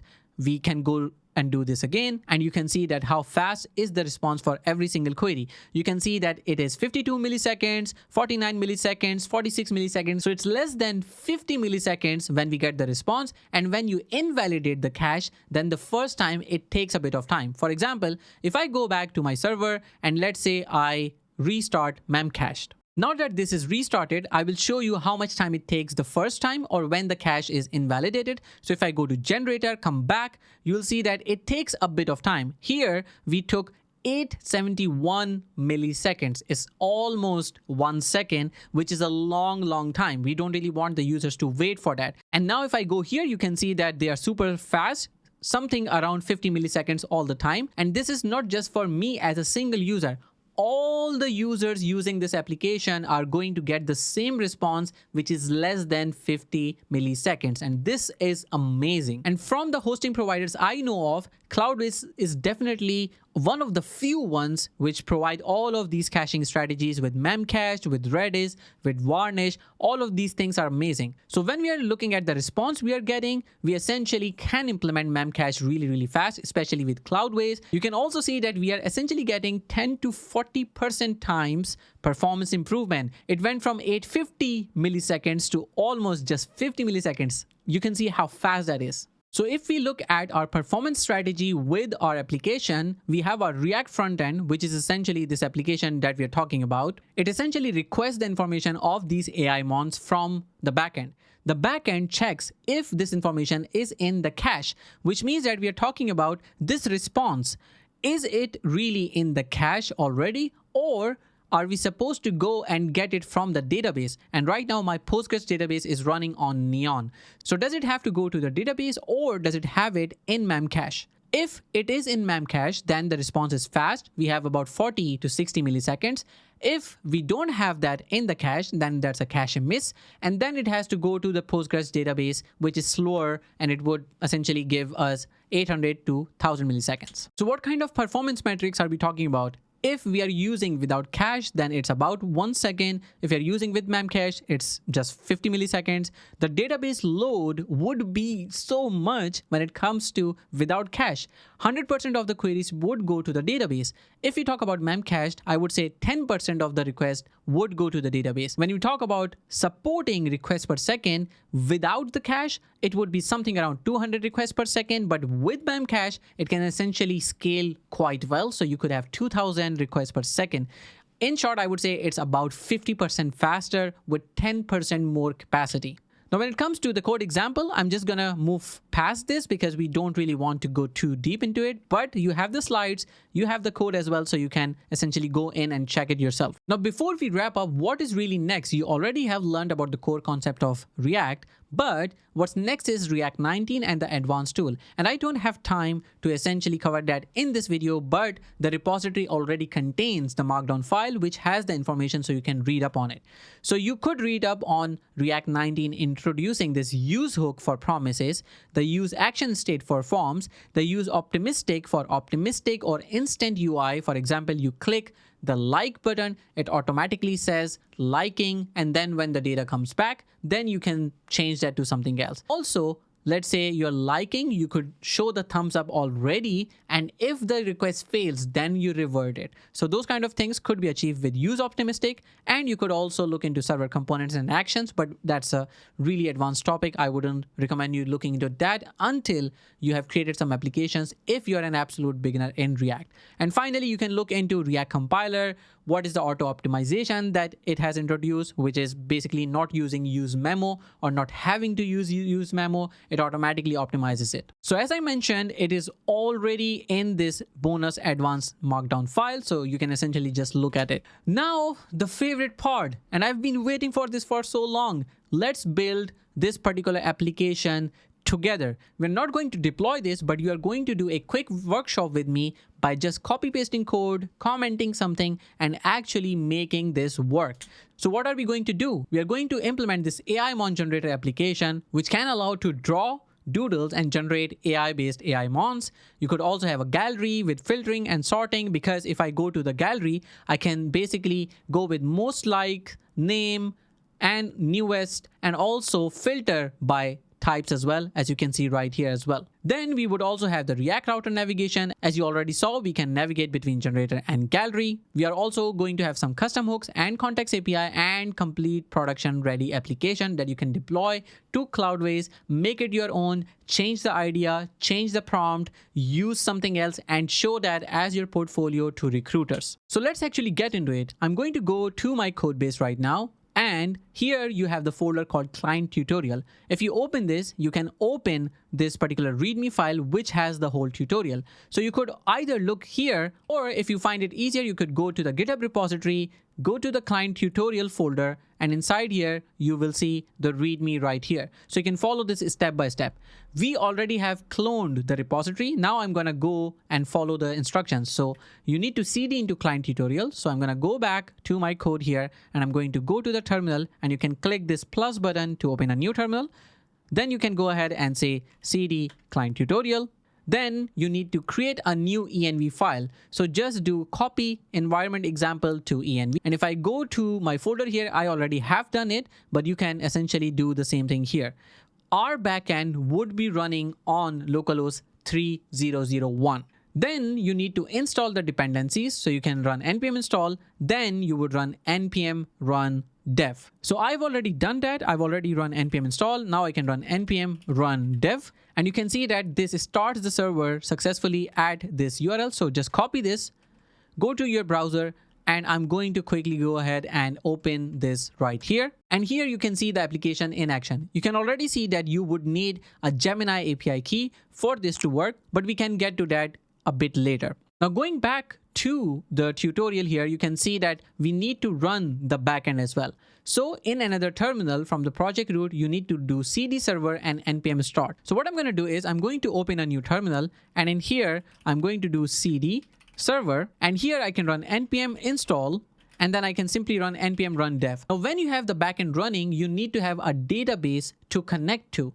You can either use Docker for this, or you can use Neon. So if I go to my browser, you can see that this is Neon. If you go to neon.com, this is essentially the site. Here you can log in, you can create your own database, copy the URL, and then paste that in the environment variable, or you could run Docker Compose. So make sure you have Docker installed. Just Google how to install Docker in your machine. And once you are done, you can simply run Docker PS. In my case, I would probably have to run sudo. So if I do sudo Docker PS, you would be able to something as an output right here. The Docker Compose right here already has Postgres here, the username and the password and the Postgres DB just for local testing. Also has the memcached image here as well. So everything is essentially set up. Once you have Docker running, all you need to do is to run Docker Compose up, and that is pretty much it. But I'm going to run this with sudo, and then you would have to do something like docker-compose up, and this would basically run these things. I would probably have to do sudo here, so I'm gonna just do sudo docker compose up, and here you can see that everything is working for me. Now make sure that when you run this, you don't close this particular tab, because this tab is running the database. So what I'm gonna do is I'm going to go to my backend, and I'm going to set the database URL. So from here, you would go to your server folder, and here you need to create a new file called .env. When you go there, you need to create this variable and set it to exactly this value. Here we are setting the Postgres URL. So we are saying PostgreSQL, this is the username, this is the password at localhost 5432. And our Docker Compose file essentially runs the Postgres right here on 5432. So that should be fine. Once you have done that, then just open a new tab, cd into the server folder, and here you need to run npm run dev, which should automatically pick up the server URL. And here you can see that it is connected to Postgres. Really good. Now I have my server running in this tab. We have our Docker Compose, which is the database running, and I have my client tutorial right here as well, which is this one. Now, if I go back to my application, I can start working on the workshop. So the README says you need to set these things up. Now we need our Gemini API key. So we need to go to Google AI Studio. When you go here, you can essentially create a new API key, and it may require your billing information. But the AI model here is really generous, so you will have a lot of requests just for free. So just create a cloud project from here. I'm going to just select the existing one. I'm going to name this key AI Mon, and I'm going to just create the key. Now I'm going to copy this key, and I'm going to go in my application, and here I can say set Gemini API key, paste this here and save. Now this API key is set and it's saved in the browser. So even if you refresh, the API key does not go away. Really good. Now we can move ahead with the workshop. So the first thing that we need to do is to implement routing. So first of all, we need to go to main.jsx, and we are going to add this import. So I'm going to copy this, and I'm going to go to my code base here. And in the client tutorial, I'm going to go ahead inside source, and here main.jsx. Here you can see this placeholder already that says workshop step 1, set up routing. So here I'm just going to remove all of this. So I'm going to remove this and paste the import right here. Then I'm going to go back to my browser and see the next step. So I'm going to wrap the whole app inside this thing. So I'm going to wrap this app component inside browser router. So let's copy this, and I'm going to go to the code here, and then here you can see the React strict mode, which has workshop step 1 and 5. So I'm not going to actually replace everything. I'm just going to wrap this app component here. So I'm going to copy this part and just wrap it like this. And I'm going to save this now. Now we have to go to app.jsx, and I have to import this so we can define our routes. So I'm going to go to the code here, and in app.jsx, here you can see the workshop step 1, setup routing. So I'm going to remove this comment and just paste it here. Now we have to replace the placeholder div in main with this thing here. So I'm going to copy this, go to the code, and if I scroll down a bit, and I'm going to close the terminal for now. If I scroll a bit down, you can see the step 1. You could always search the step 1 like this in the file to navigate to where you need to be. Now in here you can see inside main, we need to have the right routing instead of this placeholder div that we have, right? So what I'm going to do is I'm going to remove this workshop step, and I'm going to also remove this routing part or this div with actual routes just like this. So let's save this now. Now, if I go to my browser and go to the app itself, you can see already that we have this generator app running. And if I go to gallery, just by putting the URL in, you can see that we go to the gallery page. If I press the back button, I go back to the home page. Really good. So the routing essentially is working, but we are missing the links at the top. If you look at the production application right here, we have a link right here that I can click and go to, and then we have these two buttons as well that work well. So the next step is to update the header to have those links. So I'm going to quickly copy this part here, go to the code inside components and header component here. And here you can see step 1. So the step 1 is to basically implement this import, and then I can remove these two things from here. And now I can move to the step 1 here where it says replace div with the link. So let's go to the readme here, and here we have replace div with the link. I'm going to copy this thing, go here and replace this whole div with the link component, as you can see. Then I'm also going to copy this nav here, so I can quickly click here to copy this. And then I can go here and replace the whole nav. So here you can see we have a placeholder nav here. So I can paste it here and just save. And maybe I would have to do Ctrl+Shift+P and format, so it gets formatted as well. And I have to configure this. So just selecting the first one that we have. Great. Now that we have the nav link here and there's no step 1 steps remaining, I'm going to go to my browser, go to the app and test this out.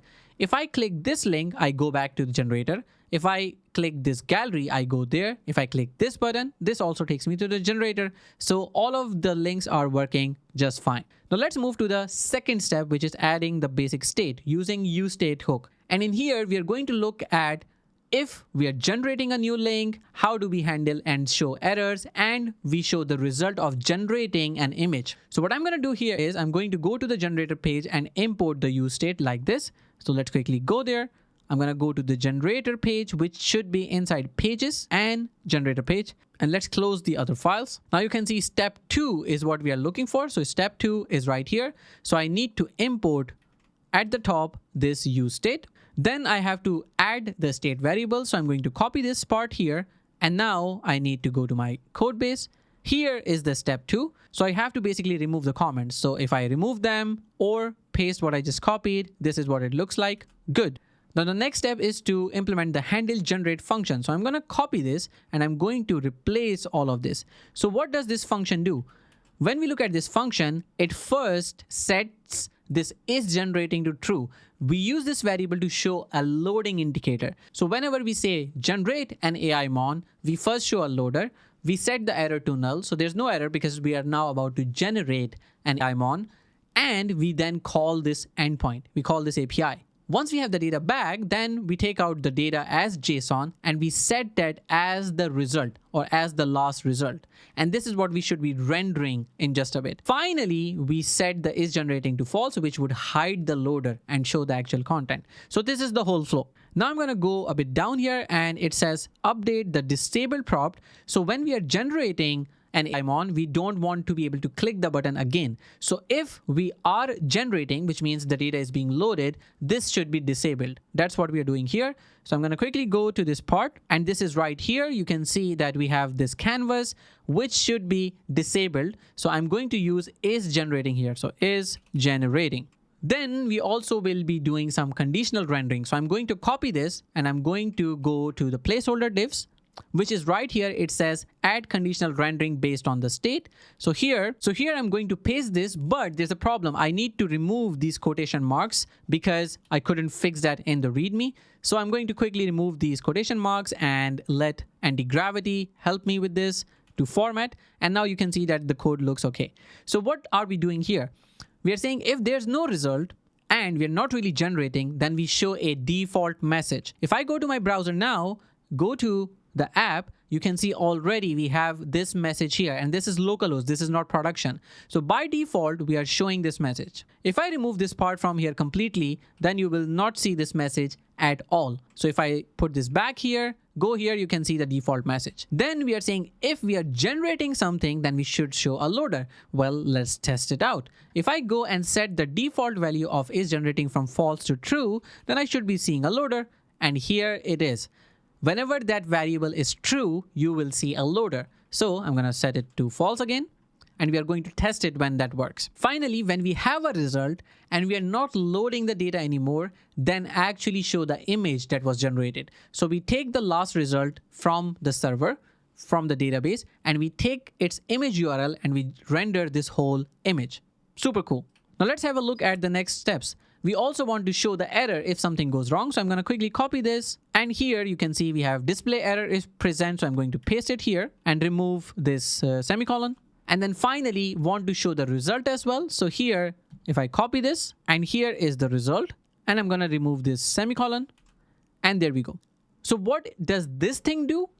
At the top here, we are rendering the image of the AI mon we have generated. And here we are representing, or we are rendering the information about that AI mon, which in production you can see right here. So here we have the image, and here we have the information. We have the name here, the category, the description, and the powers.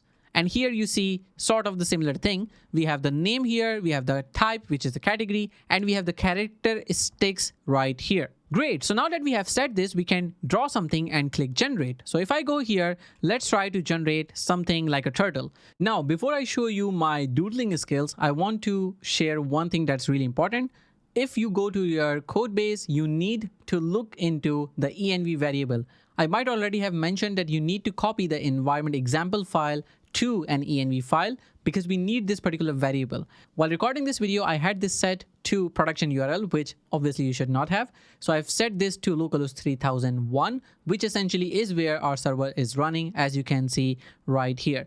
So once you have set this up, then you can move forward. Now I'm going to show you how to create an AI mon. So don't actually judge me on my drawing skills, but we are going to try to generate a turtle right here. And we are going to have nice little legs here and a tail.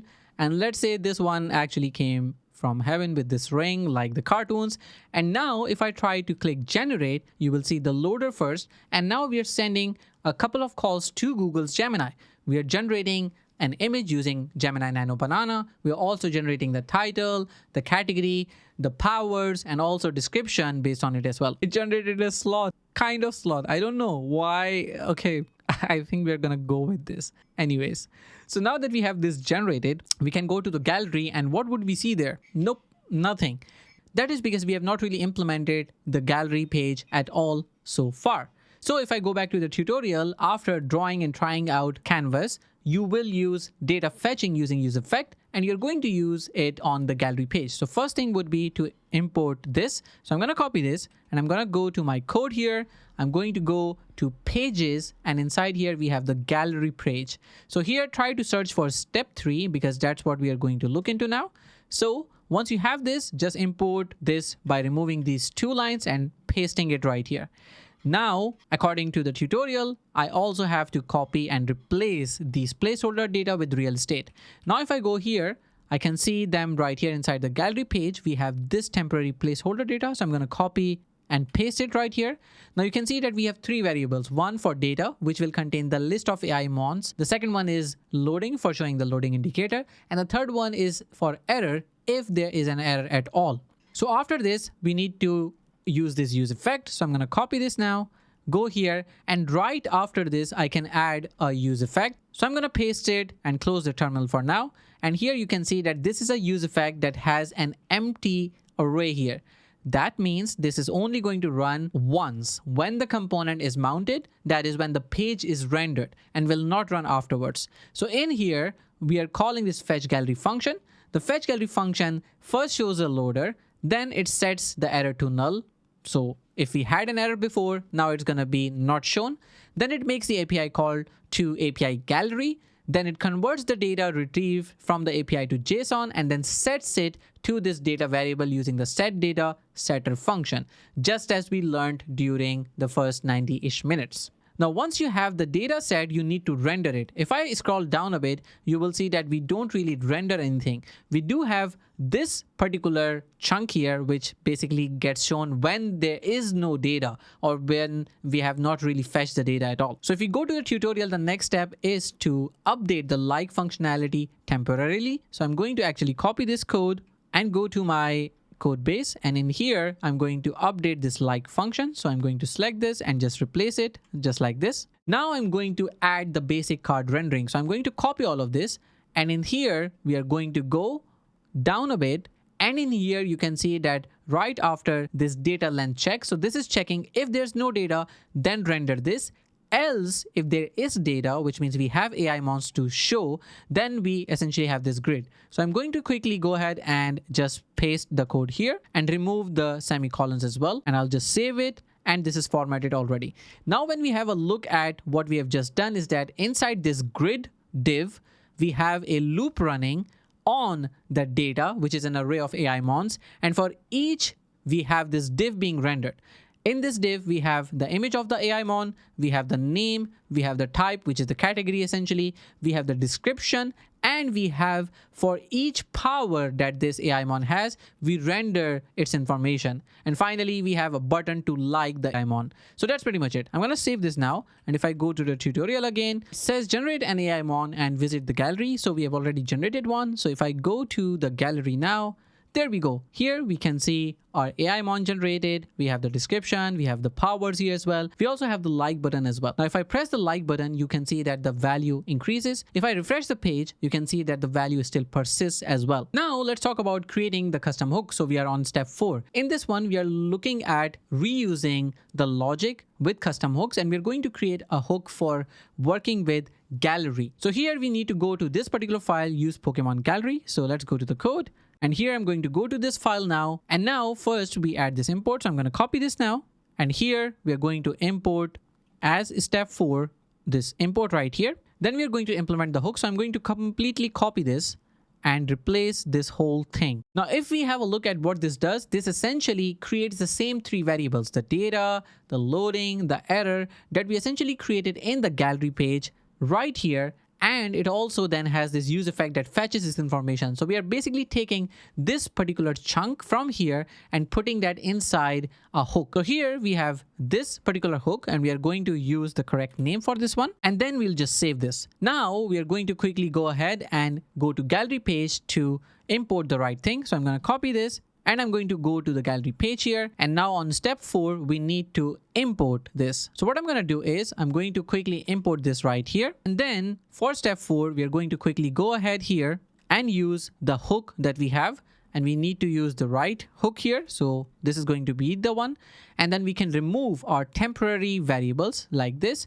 And we don't even need this useEffect anymore. So we can actually get rid of this as well. I'm going to save this without changing anything else for now. Now, when we go to the tutorial, you can see that this is what we needed to use. Then we also need to update the like function to use the refetch. So here, I'm just going to quickly copy this and go to the like function here and update the like function. But here you can see automatically it is suggesting to use the refetch. So Google's anti-gravity plus AI is working really well. So I can save this now. And now it says gallery should still work, but now using a custom hook. So if I go here and if I try to refresh now, you can see still it is working. If I go to generator, come back, you can see still it is working perfectly fine.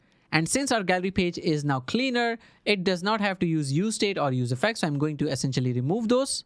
And we are going to move ahead with the tutorial. Now we are going to use the context API to implement the theming. So here you can see that at the top, I can essentially toggle this theme, which changes the whole of the application's UI. It converts everything from dark to light or light to dark, just like in the generator view and also in the gallery view as well. So let's quickly implement that. We are going to create something called theme context, and we are going to then use that inside main and header as well. So first of all, we are going to implement the theme context. I'm going to quickly copy this, and then I'm going to go to the context here, and then we have the theme context right here. So in here, I can replace the whole file. So I'm going to go to the code here and replace the whole file just like this.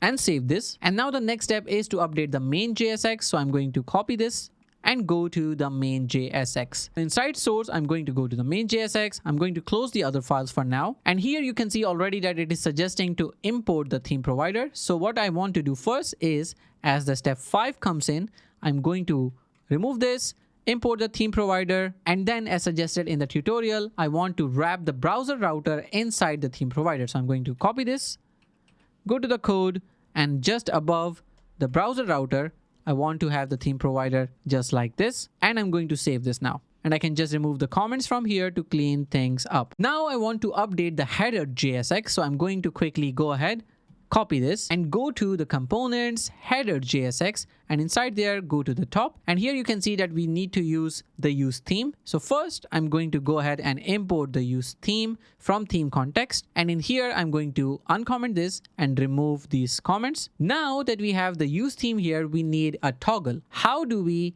change the theme? If we look at the tutorial, it says uncomment the theme toggle button. It's already there. So if I go back to the code here, you can see that here we have this commented. So I'm going to just quickly uncomment this, and I'm going to quickly remove this as well. Now, if I save this, go back to my application and refresh, you can already see that we have this button right here. If I click this, the whole theme changes. So now we are using context API, which is the theme context, having the theme provider, and you can see all of these as well. If I right click, go to inspect and go to the React Dev Tools, from here, components, you can see we have the theme provider at the top, then we have the browser router, then the router, then we have this app. Inside that we have the API key provider, and inside we have this header, which has a bunch of links. Then we also have, apart from the header, these routes, and the routes are rendering right now the gallery page. If I change this to generator, you can see that the whole thing remains the same,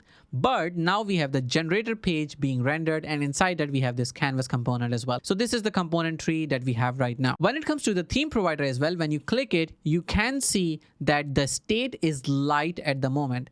When I click this button to change it, you can see the state should also reflect dark automatically. I did not change it. If I change from here to light, then it should change the UI, of course, because we are using the extension, and that also updates the React part of it as well. So here you can toggle and see the value in real time. Now we are going to do some filtering and sorting. So step 6 is optimizing with useMemo hook. So we are going to go to the gallery page for this. First of all, we need to import this. So I'm going to go to the code here, and we are going to go to the gallery page, and in here you can see step 6. So step 6 is importing the useMemo. So I'm going to essentially remove this and paste the useMemo. Now I want to add the sorting and filtering state. Here, if you see in the gallery page, we don't have any filters, but in production, we do have these filters of sorting by most liked, name, newest, and then also we have the possibility of filtering by just filtering by types, or just saying all types. So that's exactly what we are implementing now. So I'm going to copy this part here now,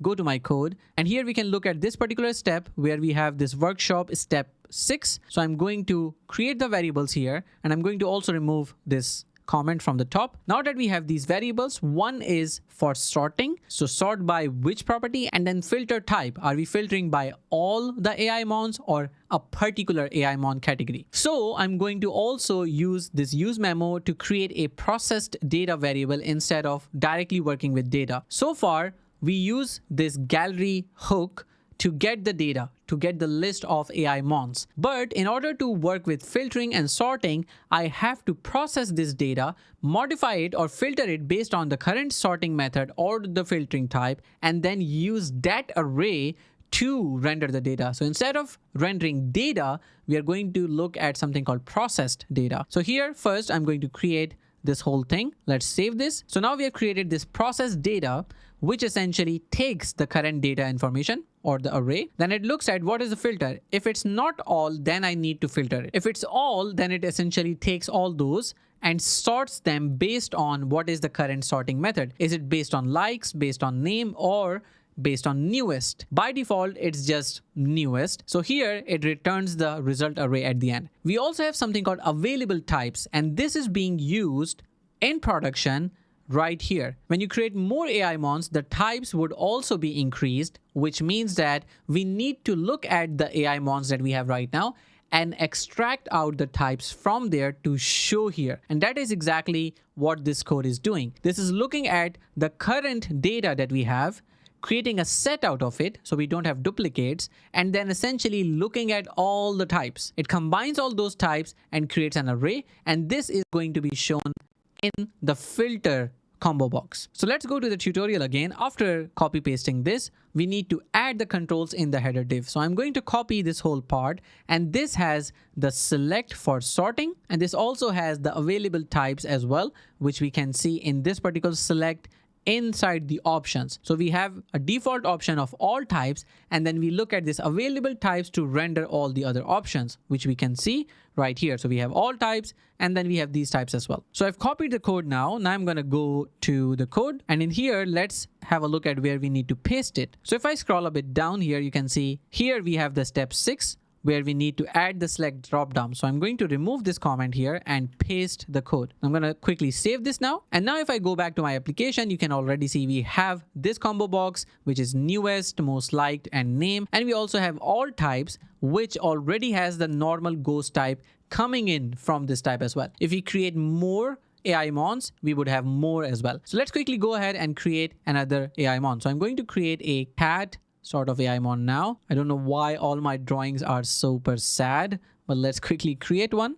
And there we go. I actually like this one quite a lot. Now, if I go back to gallery here, you can see that we have fighting dark and we have normal ghost. And here we can see both of those things to be able to filter those. Now, moving ahead in the tutorial, we have to update the rendering to use process data instead of data. If I look at the code right here, and if I try to filter by single type, you can see nothing really happens because we are still using the data variable. In the code, what's being used to render is data. We don't really want that. We want to use the process data here. So instead of data, I'm going to just change this to process data and save this. And now if I go here, you can see that automatically we are filtering based on the filter. So if I say all types, all of them are shown. If I say normal ghost, this one is shown. If I go to fighting dark, then this one is shown as well. Really good. And now we can also see based on sorting. So newest, most liked, and also name as well. So all of these sorting methods are also working. Great. Now we are going to improve the performance of our application using something called lazy loading. And instead of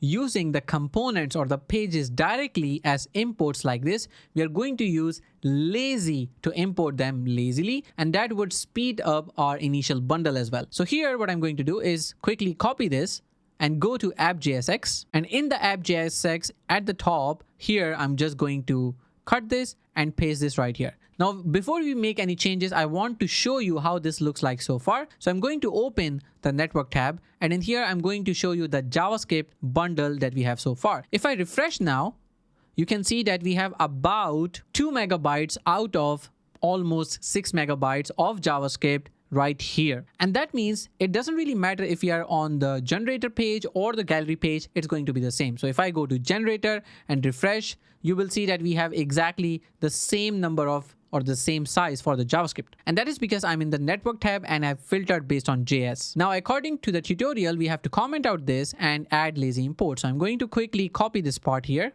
and I'm going to go and comment out these ones. And I'm going to uncomment these or just replace with this. So now you can see we are lazily importing these components. Now we want to wrap the routes in Suspense. So when a particular component is not loaded, it essentially falls back to spinner. So here's what I'm going to do. Here, when I go with this particular Suspense, I'm going to copy this. And then just above the routes, I'm going to quickly go ahead and wrap this inside Suspense.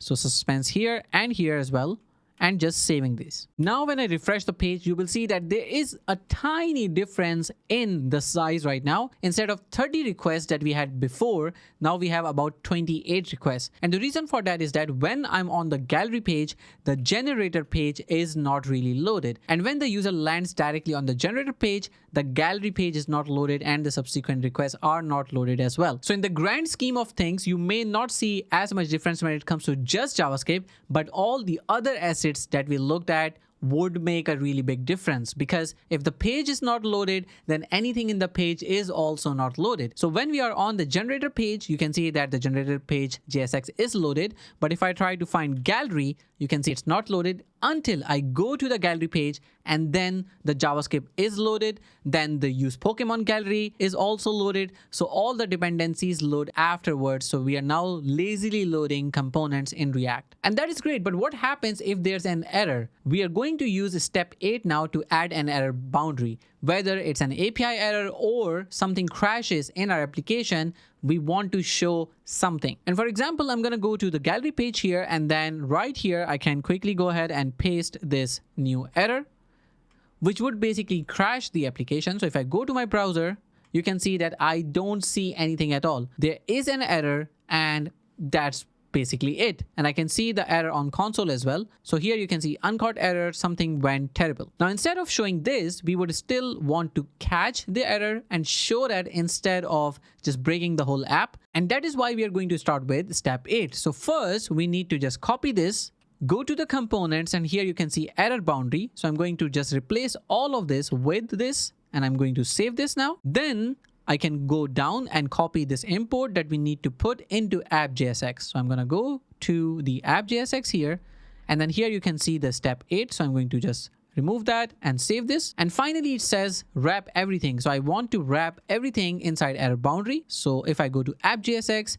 I can see already API key provider. So here I'm going to quickly put the error boundary and just make it work like this. And then I can also remove this comment as well and save this. Now, if I go back to my application, you can see that instead of not rendering anything at all, we are rendering something. So if I refresh the application, we do have some errors. We can see them on the console, but we do have an error caught by the error boundary. Now, you could put this error boundary not on the top level. You could have it at the page level. So you would always see the header, but the rest of the content would have this boundary shown. Let's try this out. So if I go here and remove the error boundary from here and from here as well, I could actually put that right under the suspense. So if I go here and paste it and do it like this, now you can see in the application itself, we still have the error, but we always show the header. And then the boundary is wrapping on the page level. If I refresh on the generator page, you can see that that works perfectly fine. But as soon as I go to the gallery page, that's when things break. And when things break, you can't really go and work on the application unless you refresh. But if I go to generator and not go to gallery, I could still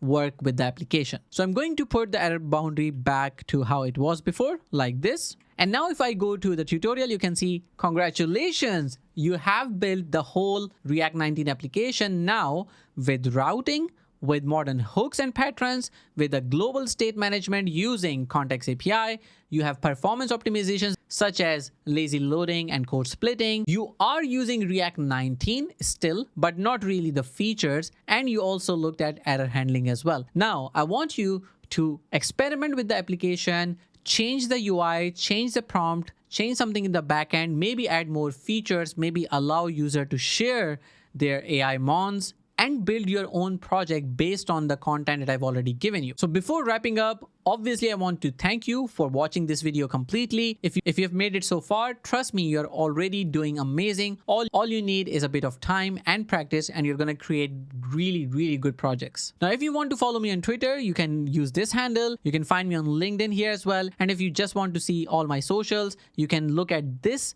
particular URL, which is meetme.cards, which is built by another Google developers expert, and essentially is really good if you want your own sort of physical card that you can take to conferences and you want your information in one place. So if you're interested in connecting with me on any of these fronts, feel free to do so.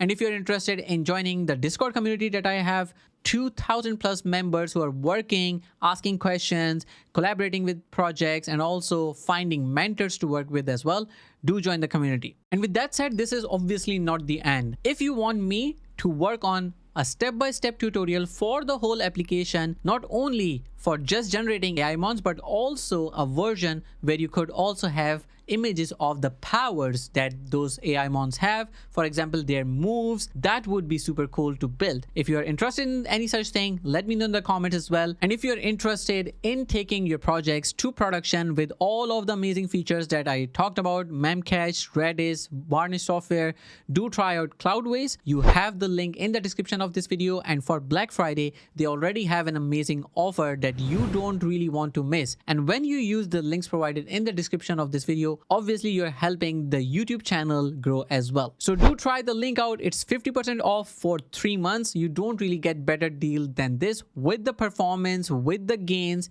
and with such a level of security from a hosting provider. With that said, all the best with your React journey. I hope this tutorial taught you a lot. Make sure to share this video with other React enthusiasts so they can learn how React works today in 2025 and 2026 as well. And let me know in the comments what kind of tutorials you want me to work on. As always, happy coding. I'm gonna see you in the next video.